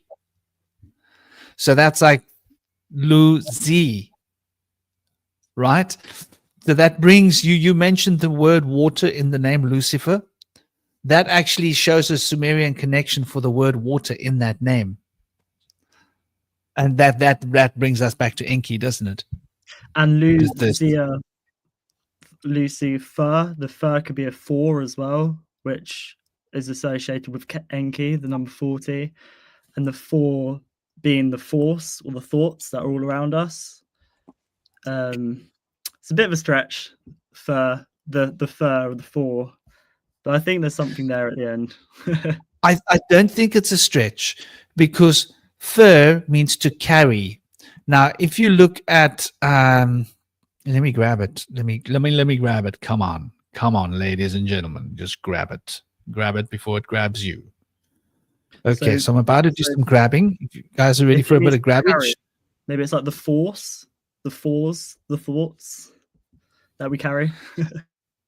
well, yeah, here we see the number 4 as its structures 2 and 6, right? So 2 represents the feminine being captured. 6 represents Venus, the harmony and the beauty of Venus being expressed. 4 represents solidarity. It represents knowledge, the 4 faces of Brahma facing the 4 directions. The number related to the planetary energy related to the number 4 is Uranus. Uranus also represents holding and carrying. So 4 is the structure. And if you see 4 as it relates to number 8, right? 8 is its counterpart. 4 finds its perfect expression through 8. 8 represents that potential of driving forward towards success. Workaholic's a difficult name to use for it. We have a negative connotation with the word workaholic, but I don't think it's necessarily a negative word. I don't use it in that way. I'm using the word as like somebody that work defines them. 4 becomes perfected by 8 because knowledge of 4 is applied by Saturn. Saturn then can apply that knowledge towards actually generating something, manifesting success financially or whatever. So 4 represents the fundamental structure of the world, the knowledge, the base information upon which everything's going to rest. But 4 can be stuck in the mud. It can be pedantic. It can get limited by its lack of movement. So 4 represents rest, right? And rest represents like being contained in a sense. So the idea of carrying something means that it is at rest. It doesn't move. That's why I have to carry it. So I don't think it's a stretch looking at the numbers, looking at this is, by the way, this is the Chaldean Enneagram. This is not the new Enneagram that was invented in the 50s. This is the ancient Enneagram from Chaldea. I've just put the words here that relate to the 9 planetary energies as the Chaldeans worshipped it. And this is the Enneagram form that was used by the Chaldeans. This is where Ikazo got his Enneagram idea from, he says, but then he changed it. And he changed the 9 things that they don't really fit with numerology. They don't really fit with the planets exactly. They do in a from a sidelong view, but when we look at number 4, we're speaking essentially also, and it's important to understand this, the north node of the moon. And the north node of the moon represents the plans for the future, represents where we're going. So that sort of structure that gets you sort of streamlined where fate is going to move you forward is what's being represented by 4. And this is why we say this is what it's for. Right? What is that for? What is the purpose of that? Why is this? What's this for? Because the word for represents that this thing has a fate attached to it based upon its information structure and based upon its own destiny. So 4 relates to destiny. And this is one of the reasons why the Egyptians were so focused on the number 4 and why in China the number 4 represents not being alive. Isn't that interesting? Because where does your destiny take you fundamentally? What's the one sure thing in life? Like, none of us will get out of here alive. So it's the one thing I've always been able to rest upon in my whole life. When I've ever had to make decisions, and it's a difficult choice, I go, well, at least I know I'll never get out of here alive. So, like, should I risk my life or not? Well, I'll never get out of here alive anyway, you know? Yeah, it's different when you have kids, though, isn't it? Because as I Very navigate- different. yeah, as I go through life, I'm trying to learn what it is to die. So I think it's so important. It's something people take for granted, and we talked a bit about it earlier about guardians of the crossroads or thresholds that carry us across the water to the next place. Like, some would call them the archons. I think the river Archeon is a river you have to cross, one of the 7 rivers of Hades. It's all in here, I think. We have to cross rivers in our mind of memories and stuff, and we have to cross thresholds. And I think it's so important to, as we're alive, to know what it is to die, to cross over. And the only fear I have of dying is just leaving my kids behind with lack of gnosis, lack of knowledge of who they are, where they've come from. And this is why I'm doing the research I'm doing, is so I can pass it down to them, because everyone was lied to as a child. You know, in school I used to get excluded and expelled because I always used to ask questions, and they didn't like that, and I couldn't be contained, so I used to climb out the window and just leave because it wasn't stimulating. Whereas now I realize that actually this realm is a lot more interesting and a lot more beautiful than I thought it was. You have to navigate, you've got to go through the dark, like, you know, conspiracies and stuff, and see that we've been lied to. But under that, like, you find the magic. And yeah, well, I need to head off now, but it's been a good chat. Yeah, I really enjoyed it. Namaste, brother. Yes. Take care, guys. Yes. Take Have a care. great Travel weekend. safe. Listen, And you're right. The moment we become parents, we become scared. I check the road 3 times now when I cross. Before, I had a bad habit of never checking when I crossed the road. So I've become a lot more conscientious. Like, fatherhood has done me good. So many times I'd be crossing the road and go, oh, there's a car coming quite fast. Oh, what am I going to do? Yeah. Doesn't happen anymore. Touch wood. Rest up, guys. Speak soon. Big love. Om Shanti. Travel Absolutely. safe. But that's really interesting. Yeah, brother. Please fire away. I'm glad he mentioned the crossing of the river. Yeah, I have a good story about that. Enki, when he met Enlil, actually, rather, when he met Ninlil, he seduced her. And when the gods found out that he had seduced her, they banished him to the underworld. And so she wanted to find him. She went to go find him, and he disguised himself as the gatekeeper of the underworld and the guy into the river and the ferryman. And each time she asked to find Enlil, but each time she was seduced. But it was actually Enlil in disguise. So it was at that point that she became the mother of 3 other gods, Nergal and Nenazu and Enbelulu. So that's just an interesting story. But before that, they had Wasn't she his sister? she was already pregnant with Nana after he had seduced her the first time. And it says sometimes that Inanna is the daughter of Nana, but in other stories they say that Enki is actually the father of Inanna. But I think Nana is actually the father, but Enki like kind of mentored her and like took her under his wing and like gave her this gift of like knowing how to civilize people, and then he wanted to take it away from her, but she outwitted him and stuff.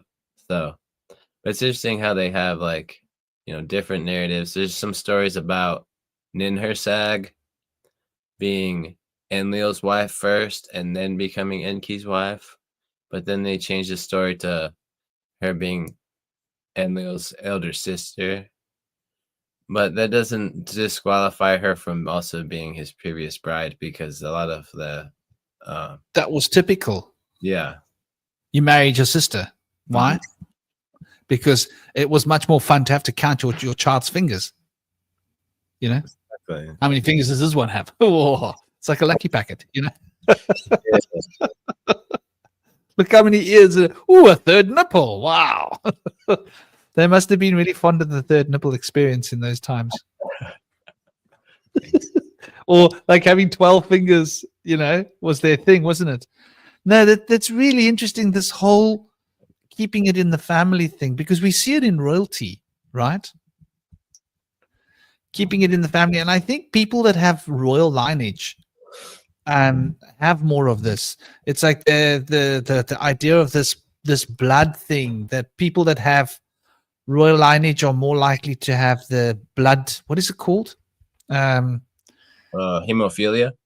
Yeah, hemophilia, exactly. Because of the blood platelets. You know, they don't create the Their blood. the substance, the clotting. Yeah, exactly. Yeah. And I think that is a typical result of breeding in your same family line. So we can see the evidence of that the royalty's been doing it, because people all say this is a thing, but like there's actual hard evidence, medical evidence to suggest it. And so this is something that goes right back to the Sumerians. And it's got to do with like who's going to be king, right? Yeah. And how pure, how royal is your blood? Your blood's 1/8 royal, or 50% royal, or 100% royal. And if you didn't breed with your sister, there was less chance of your child being a king. Yeah. Exactly. So, like, if you wanted to secure your child's future, the only way was to do it was like get funky with your sister. Would have thought. Crazy. Yeah, Jacob, the 369 and the 666. That's quite interesting here, you know. Because here you can see when you look at these three triangles, 6, 3, 3, 6, 9, right? If you look at the triangle which is pointing 9 towards the activist, 3, 6, 9, and 3, 6, 9 adds up to 9, 18. And when you go clockwise and you look at the apex triangle, which is 1, 4, and 7, that's 11. 11 plus 1 is 12, is 3. So now we've got the number 3. And when you go on the other side, with the apex being number 8, 8 plus 2 is 10, plus 5 is 15, is number 6.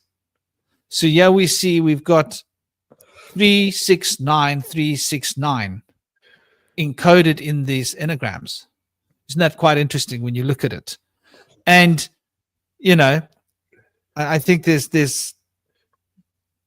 a lot to be said about the mathematics of the structure of this enneagrammic geometry, and how it sort of relates to the structure of being, and why we have 9 numerations or different grades. It relates to the nine gates of consciousness, the 9 spheres of being, that we can reach different states of ecstasy.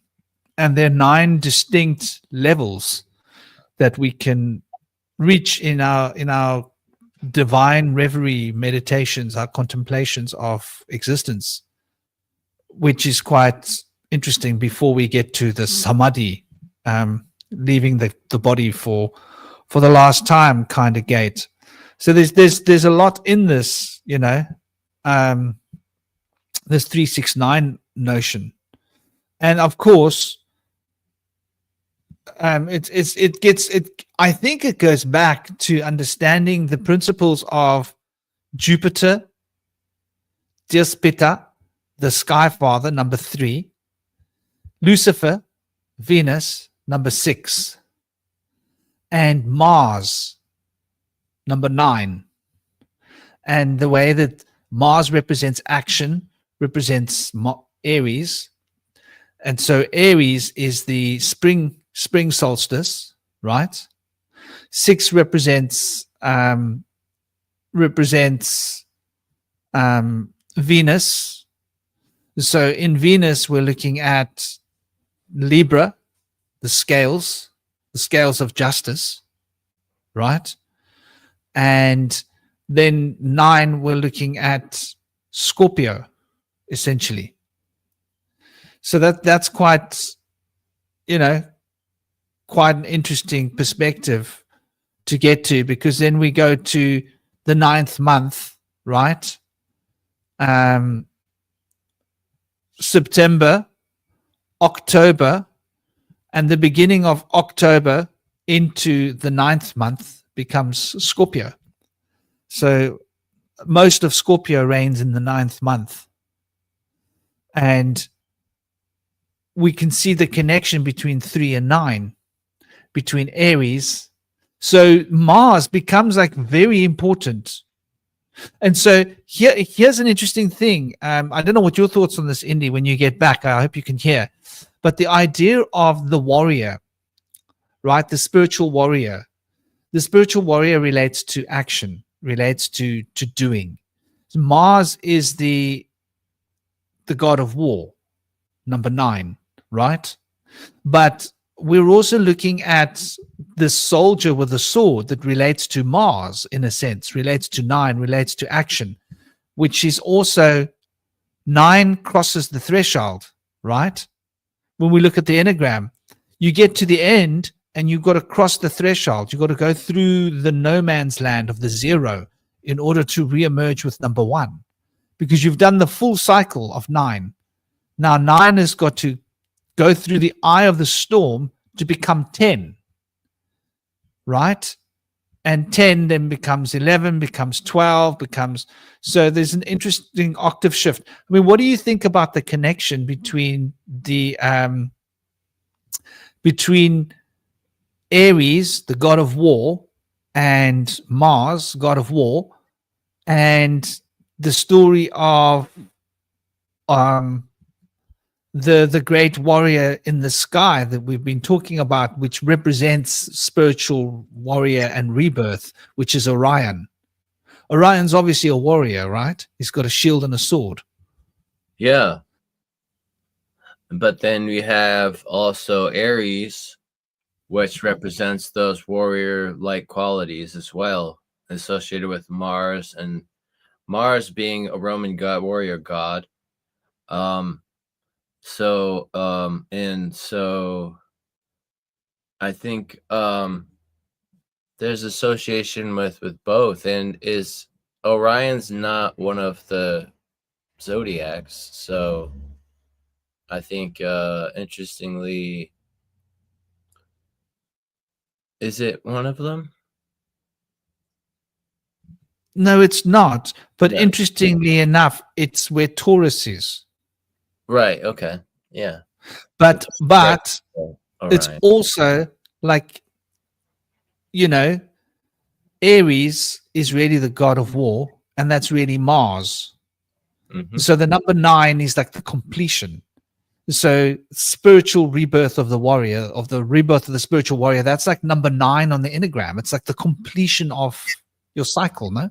You're beginning a new cycle. Yeah, and I feel like there's like more to Venus in the aspect where there's like the bull, Taurus, and then there's also Orion like right there.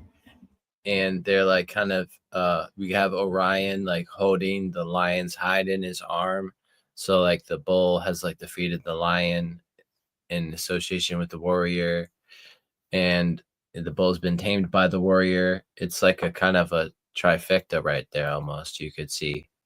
But there's like more complexity to like the feminine. So Venus being like that, very like goddess of fertility representing planet, also being represented by the very masculine bull, also shows a very deep complexity there too, of the partnership and the companionship of the sacred union between the two.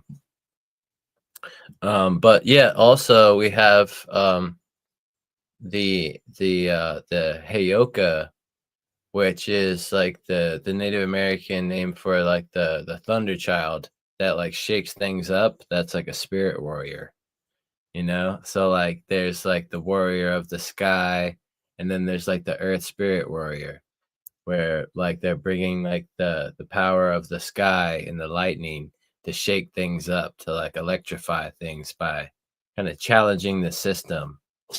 So there's like two different sides of the warrior. You have the warrior that's like the obedient soldier, like in the military, and then you have the warrior that's like the spiritual warrior, that's like more of the awakener, that wants to like kind of like tell you the things that you don't want to hear, that to help you catalyze you on a shift that you could make towards self-discovery.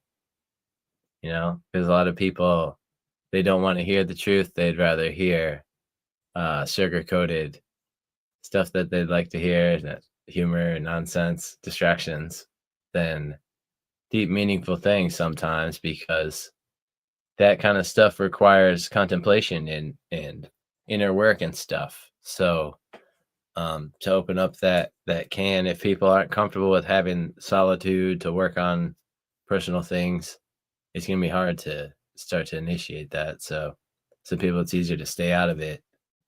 But usually there comes a time in your life when you can make that transformation and find the time. Sometimes when you hit rock bottom, I'm what you're saying is making me think, hitting rock bottom. That's like that warrior spirit that resurrects you. It's like that renewal, that 9 on the Enneagram. When you get to the end of your cycle and you hit the 9 because you've gone through everything. And 9 is that like it's complete. And there's only one place to go from 9, through the eye of the storm, the 0, and emerge as a 10, brand new one, a bigger one than you were before.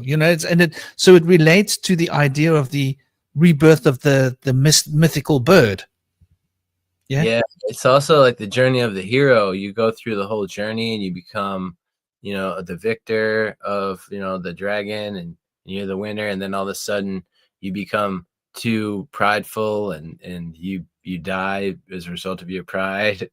And then the whole process starts again. So it's like, there's a whole journey that you go through, and then it ends. You're gonna die at some point, so why not die as part of a lesson to be learned for the next cycle,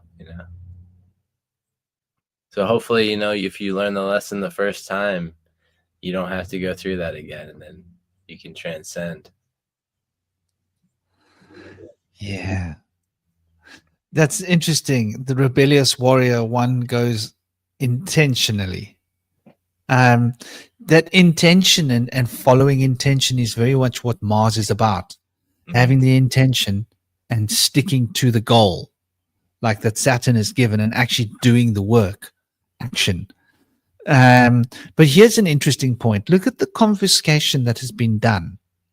So Aries is the Greek son of Zeus, right? And Mars is the Roman son of Jupiter. But Jupiter is Zeus, and Aries is Mars, or Mars is Aries. So can you see what they've done? They've created a different persona of Aries and called it Mars. Yeah? And created a different persona of Zeus and called it Jupiter. based upon the Sanskrit. So, or reinvigorating, reenacting the Sanskrit, Diospita. So it's interesting to me. Like, do you think that's a deliberate attempt of hiding the connection? Right? That they're trying to make us think of the microcosm as being separate to the macrocosm instead of becoming a single loop of continuity, like as a psychological war game on us. Yeah, but like, what are they really hiding there? Because like Jupiter is Zeus, right? Isn't that not true? Yes, but like my point is that they've turned Mars into a planet and Aries into a constellation, and they're separating the planet from the constellation by using two different names of the same entity. Yeah. Instead of just saying that it's Aries, the planet is Aries and the constellation is Aries, right? Right. Instead of saying that the sun is the lion and the lion is the sun. It's just, to me, that's quite interesting how they've played with the words, right? In that way. Like they want us to think of what's inside of us as being separate to what's outside of us. The microcosm and the macrocosm are separate. Exactly. Instead of it's just one thing. And then it's just our perception that is that barrier. Or you could see it as an aspect for like that kind of symbolizes, the planetary aspect has like kind of a stronger pull on us, and then there's like the stars in the back behind the planets that have like a lesser of an influence, but we have an association between the two realms which kind of interplay with each other. So like I think in a lot of ways you could see it as a division, and it definitely is, but in some ways you could also see it as a connection. But the fact that they changed the words makes it harder to see the connection. So when you can see through the web and the veil that they're trying to hide the connections from you with, you can really start to see and connect the dots and see really that there is more of a connection than meets the eye there sometimes, which is good. You could see like as above, so below kind of an aspect. Yeah. Like I'm looking at this image and I'm seeing one triangle here, right? So the head of Orion is a triangle, right? Yeah. And there's these 3 points, right? Mhm. Then you've also got the 3 points of the belt. That's a triangle. It's like another triad. Yeah. And then you've got the sword, the 3 points of the sword. So isn't that quite interesting that we've got this 3 wrapped up and hidden in this Orion, almost like Orion represents the enneagram itself, going in to the unknowable, into the 0 point, the underworld, the proverbial other side, in order for a rebirth to come into being. And so we don't really associate Orion with the enneagram, but I think all numerations and all numbers sort of seem to be fitting into that, because you've got these three important parts of Orion, right? The sword, which is representing truth. Yeah. Mm-hmm. The head, which is representing wisdom. And the belt is representing what holds it all together. Yeah. The kingliness. Like that, and it's the belt that points towards Isis. So it represents also what do you call it? When your prodigies, when you create a lineage. Yeah. So I think like there's a deeper suggestion here at lineage from like humanity, where we come from, what's in our bones, what's our heritage. Heritage So I would represent the belt with heritage, the sword with truth, and the triangle on the head with wisdom. And heritage represents power, right? Because what you have created on the world is a representation of your power. So we could thus be taking it into context of power and wisdom and truth. And truth represents, obviously, truth represents, in my perspective, it represents love. I don't know. What do you think about that as a concept? Yeah, I love that. The triangle is definitely a thing of wisdom, a thing of like, association with the ancient Greek philosophers, and the triangle being a thing of beauty, in the sense that it's very simplistic, and the most simplistic thing that can have the strength to stand on its own. It's hard for two things to stand without it being in motion, like on two wheels, for example. Whereas three is like sturdy, and it's kind of the integration of simplicity and complexity. So it's a beautiful thing. 60 being the angle of the number, and 6 being the sacred number of wisdom as well. So definitely I love that association with the head of wisdom.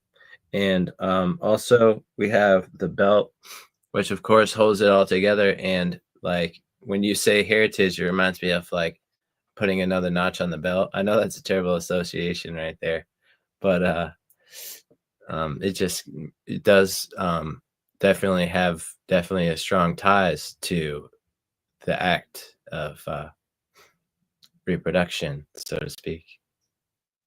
And the belt being something that makes me also think of the asteroid belt. But powerful symbol.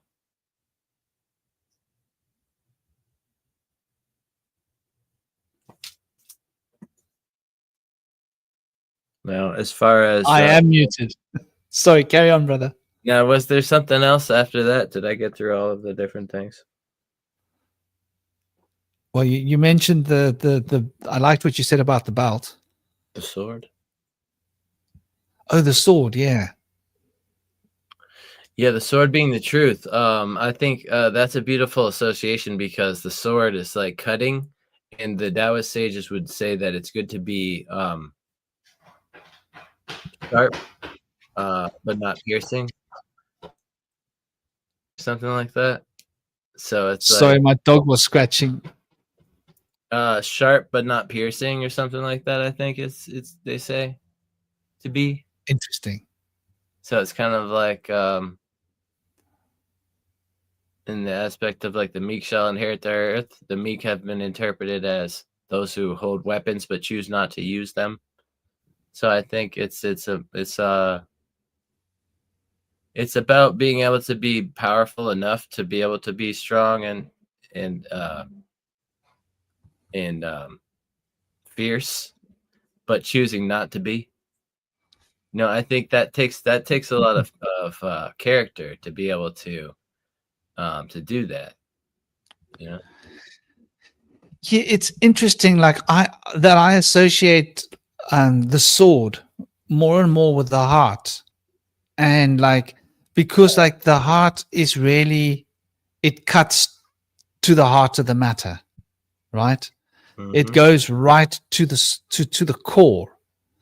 It's your heart gets pierced by love, and it makes you vulnerable to getting hurt. So your heart becomes like it's a soft thing that gets cut in life, right? Yeah. And it's unavoidable, because like you're gonna love people and you're gonna lose them. Like that one sure thing about life, right? That there's a good old hole in the ground waiting for all of us. So like then you have to lose your parents, and then you have to lose your friends and your loved ones, and then like what Shinobi was saying, like I worry about my child. Like if I'm gone, how's he gonna feel losing me? Because like we've lost our parents, or I've lost my father, so I know what it feels, So like there's this interesting, love makes you so vulnerable that like you've got a sword to your heart. It's inevitable, but that sword is so emblematic of the truth, because it cuts deeper than everything in the world, right? Like the truth that I have in my heart, that I know, is like the people that you meet along the way. That's the love. That's what's real. Everything else is an illusion. Everything else is a dream. Yeah. But the people, that's real, and that's what's true. Like if you say to someone in your life, like, what's true for you in your life? It's like my family, my friends, my partner, my animals. Well, I They'll guess do anything for them. life number 7, I think I could see things differently. Like what's true for me is like pretty, I think maybe like a little ungrounded at this point in my life. I've been waiting to like start writing my book until I can become more integrated with humanity and more grounded, because I've gone down so many rabbit holes and I've been chosen to see so many things and channeled so many things that I think what's true to me is like almost unfathomable to most people in my eyes. Like what's actually true is a real journey, and there's so much behind it. There's so many people that have verified the truths that I have uncovered. There's so many people that have hinted at them. It integrates kind of everything that everyone's saying. And to me, that the truth is, for me, it's hard to say that the people in my life, but you have to say that the truth is like the women in my life, because everyone has a mother. And you have to be grateful for the women in your life. Something that we do in the Force, in the circle, at the sweat lodges, we pray to the 4 directions. And one of those directions is to pray towards the goddess for the women in our life and the help they've done for us, and apologize to the ones that we've made mistakes to and stuff. It's powerful work, but also, of course, the men in our lives that have influenced us. Where would anybody be without being influenced by at least literature, even in their own solitude, or, stories, archetypes, whatever. There's so many people before us that have influenced things, that have made things to be the way they are today. They have to give tribute to. So I think, like, to me, I feel like the truth, I have a stronger connection to like ancient mystics that have written down these like ancient documents and tablets as giving us truth today. That's the old Virgo in you. But it's like it's a matter of being able to interpret them as we've lost their time and their phraseology, and try to trace our steps back to it. But there's truth everywhere. I feel like that's true, that you can find the truth in everything if you look for it, and you can be discerning enough to see the truth. In Taoism, they say that the truth is so evident that anything else would be silly to argue. Really. So that kind of refers to like the universal laws of like Hermeticism, where there's universal laws of things, which is very different than the laws of man, where you can't really break a universal law. They're unbreakable laws, principles, the fabric of our universe. Whereas the laws of man are breakable, which is why they have to be enforced. But if you want to break a law, that means that the law is kind of like broken in itself. So I think if they were smart, then especially by the fact that people are very defiant when they're being told what to do, they could have a better effect by telling us to do something, and have us that we have to do something, and then have us not want to. then they tell us we can't do something and expect us not to. So, especially in America, they have very strict gun laws, and they have very strict alcohol policies, and have the worst alcohol and gun control problems in the world. So You don't have strict gun laws. we do have strict gun laws. They're getting more strict. They actually were going to confiscate all semi-automatic weapons around the time of Katrina and started to begin doing that. We're not even allowed them. But yeah, compared to England and South Africa. No, I mean compared to like just about everywhere else. Yeah. Like South Africa, you got to get a license for guns, and it's become harder and harder over the last 10 years to get gun licenses. It's not just a standard issue like in many states in America. You don't even need licenses, right? Like in Texas, Yeah. you as long as they're not you only need a license to conceal a firearm. You're only allowed a concealing firearm license in South Africa. Only concealed firearms are legal, and you have to be licensed, and they're pretty strict about it. And then, like you say, like England, Europe, No gun. most of Europe, you can't even have guns. You can't even have a penknife. What are you allowed? So like America is like probably one of the easiest places to have a gun. And like my son, my boy keeps saying like, I want to go to America and get myself an AK-47. Because like he's like, he sees all these Americans like they're allowed to have like his favorite gun is the MP5. Yeah, it looks like a Uzi kind of. Yeah, because it's silenced. Yeah. And he doesn't like guns that will hurt his ears. He wants a gun that's not going to hurt his ears. MP5. Kids. Said I can't buy a slingshot. I don't know where Tearjerker's at. Probably in Europe somewhere. What, you can't buy a slingshot? Tearjerker said that in the comments. Yeah, that's the thing. Like, yeah, I just got my boy a pellet gun, right? Mm. I'm pretty sure that they're going to do away with pellet guns in this country after a while, you know. I think pellet guns are a big deal in the UK.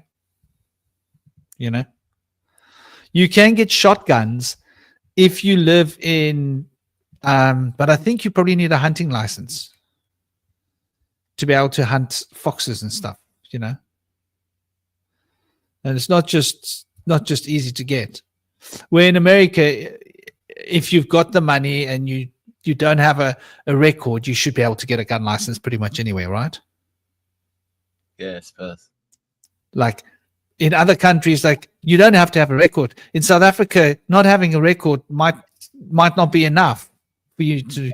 They'll still stop you from getting a license. You've got to be able to justify why you need the gun. You see, so they're like quite strict. Well, people, we're getting to the last few minutes. This was a great discussion. What more is there that you want to cover, dear Indy? What more is on your plate? I'm not sure. I think we got to a lot of stuff. There was one thing I wanted to mention about you were talking about the Freemasons, and I know there's an ossuary that was found that seems to have the family of Christ there.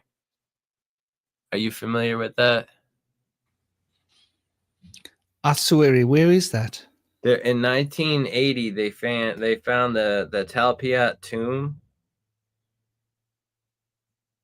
and as they've uncovered the tomb, they found what's called the James Ossuary, and it says that it's James, the son of Joseph and Miriam, the brother. Where is that?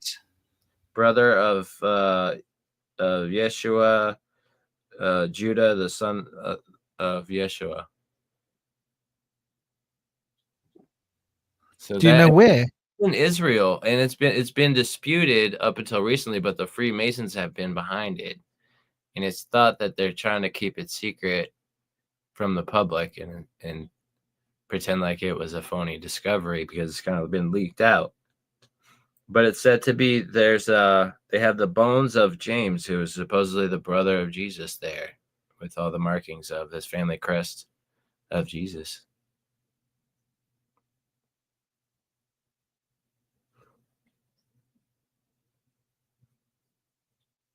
That's really interesting. I don't actually know about this. The Talpiot tomb, 1980, discovered Jerusalem. With names like Jesus, son of Joseph, Mary, and Judas, son of Jesus. While controversial documentary, The Lost Tomb of Jesus, claimed this was Jesus' family tomb. That's really interesting, huh? Yeah, they have two other names of Matthew and Yose. They say it translates to Joseph. I never heard that name before. So yeah, that's interesting. Yeah.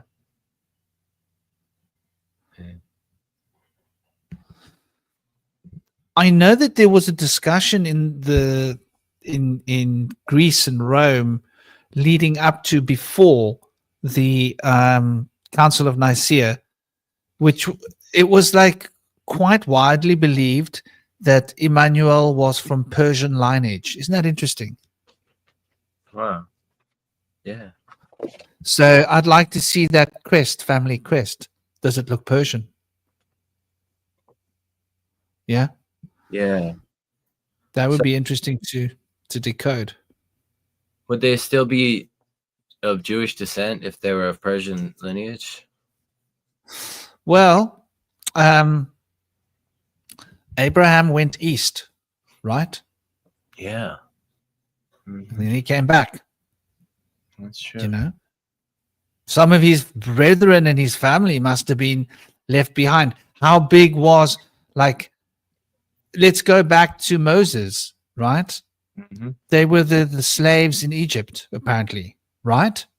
But Egypt, we think of Egypt in modern sense, right? We don't think of Egypt as being a huge empire, do we? Maybe we should. Maybe the empire of Egypt was encompassing much bigger. I mean, we're talking about one of the biggest empires of that time. I would say that I would be surprised if Egyptian empire wasn't the size of the Roman Empire. Exactly, or bigger. Yeah. Yeah, there's actually a pyramid in, I think, New Zealand that's definitely confirmed Cometian, ancient Cometian pyramid. This is what I'm saying. Like, to me, these people were shipfaring. They were building ships. They were traveling. The Irish language is so close to the Egyptian. The culture. There's so much shared between the Celtic of Ireland and Egypt, and there's, like you say, all these other places in the world. To me, it seems like Kem must have been a huge. So what we consider to be Syria, and were all part of this empire, I'm guessing, somehow. And so there might have been scattered people throughout this empire. One imagines, why shouldn't there be? Why would people not have traveled? They traveled in later times. Why shouldn't they have traveled then? They had access. Exactly. The spice road was running. So yeah, I mean, I think like you say, there's so much obfuscation in our history. They've tried to hide so much, but that's a really interesting find. We'll probably have to do a real deep dive into this, huh? Yeah, for sure. That'd be good. University of Toronto statisticians clarifying his work applied to the names and bearing together, not the specific identification of the individuals. So they're trying to cover themselves. But that is really interesting. I wonder where exactly. I've got to ask myself, where is this Talpiot tomb? Exactly. Associated with Solomon's temple, but I'm not sure. You see, the reason I say this, the reason I say this is because, remember this thing that I was talking about? Yeah. So the neighborhood of Jerusalem, 5 kilometers south of the old city, Dov Groner. .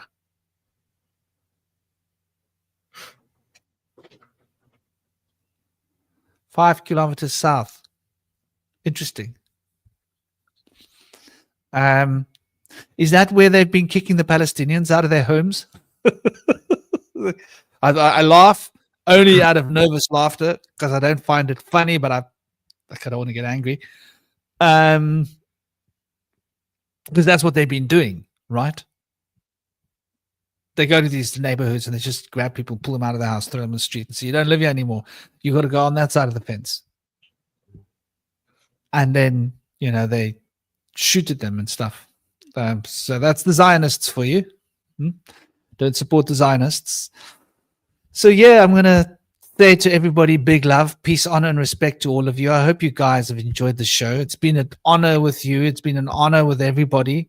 With Know Thy Enemy.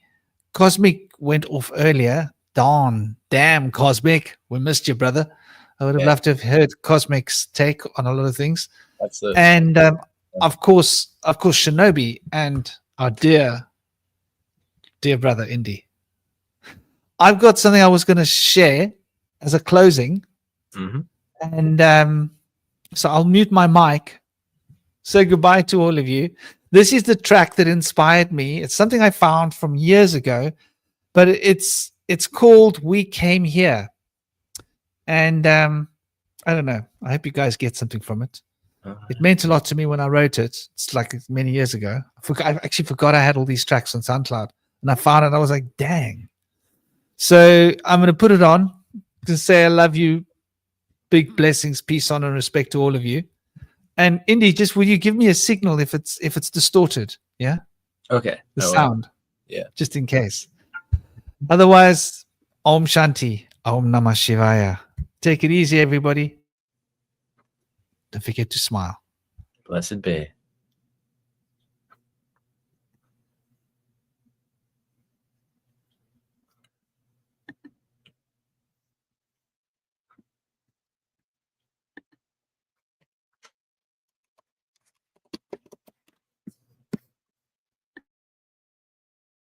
Terribly sorry.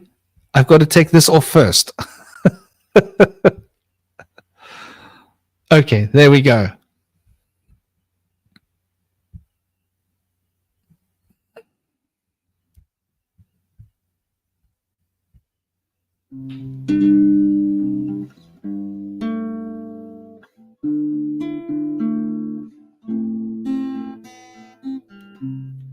Listen to the music of the leaves, naked trees dancing through the winds again.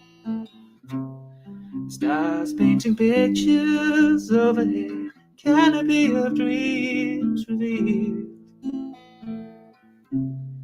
Mountains, they've been marching through the world again, searching skies through heaven's eyes. Feeling of the ocean on your skin, breaking through the waves with the depths revealed. We came here from a place so far away. We came here to remind ourselves. We came here to remind each other, to bind each other with the cords of freedom. Moving through the tides of love, carried by the wings of the holy dove. To show that we're all one at the heart, bearing the same feelings.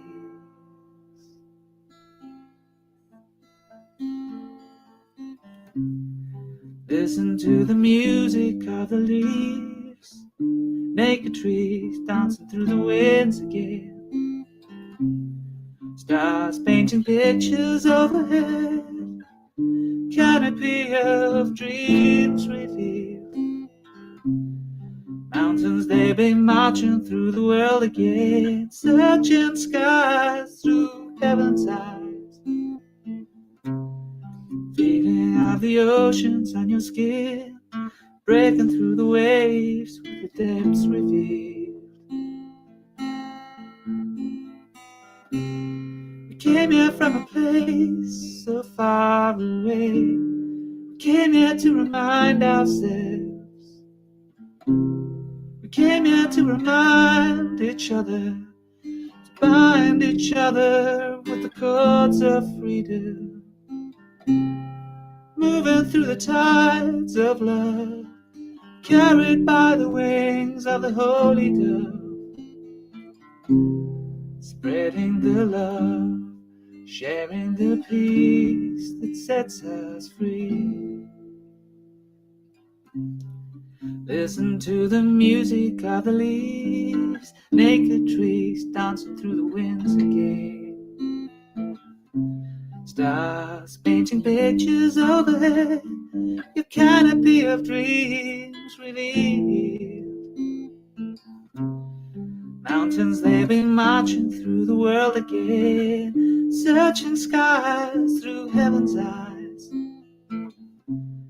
to feel the oceans on your skin, breaking through the waves with the depths revealed, revealing the depths of the human heart we share, revealing the depths of her love and care.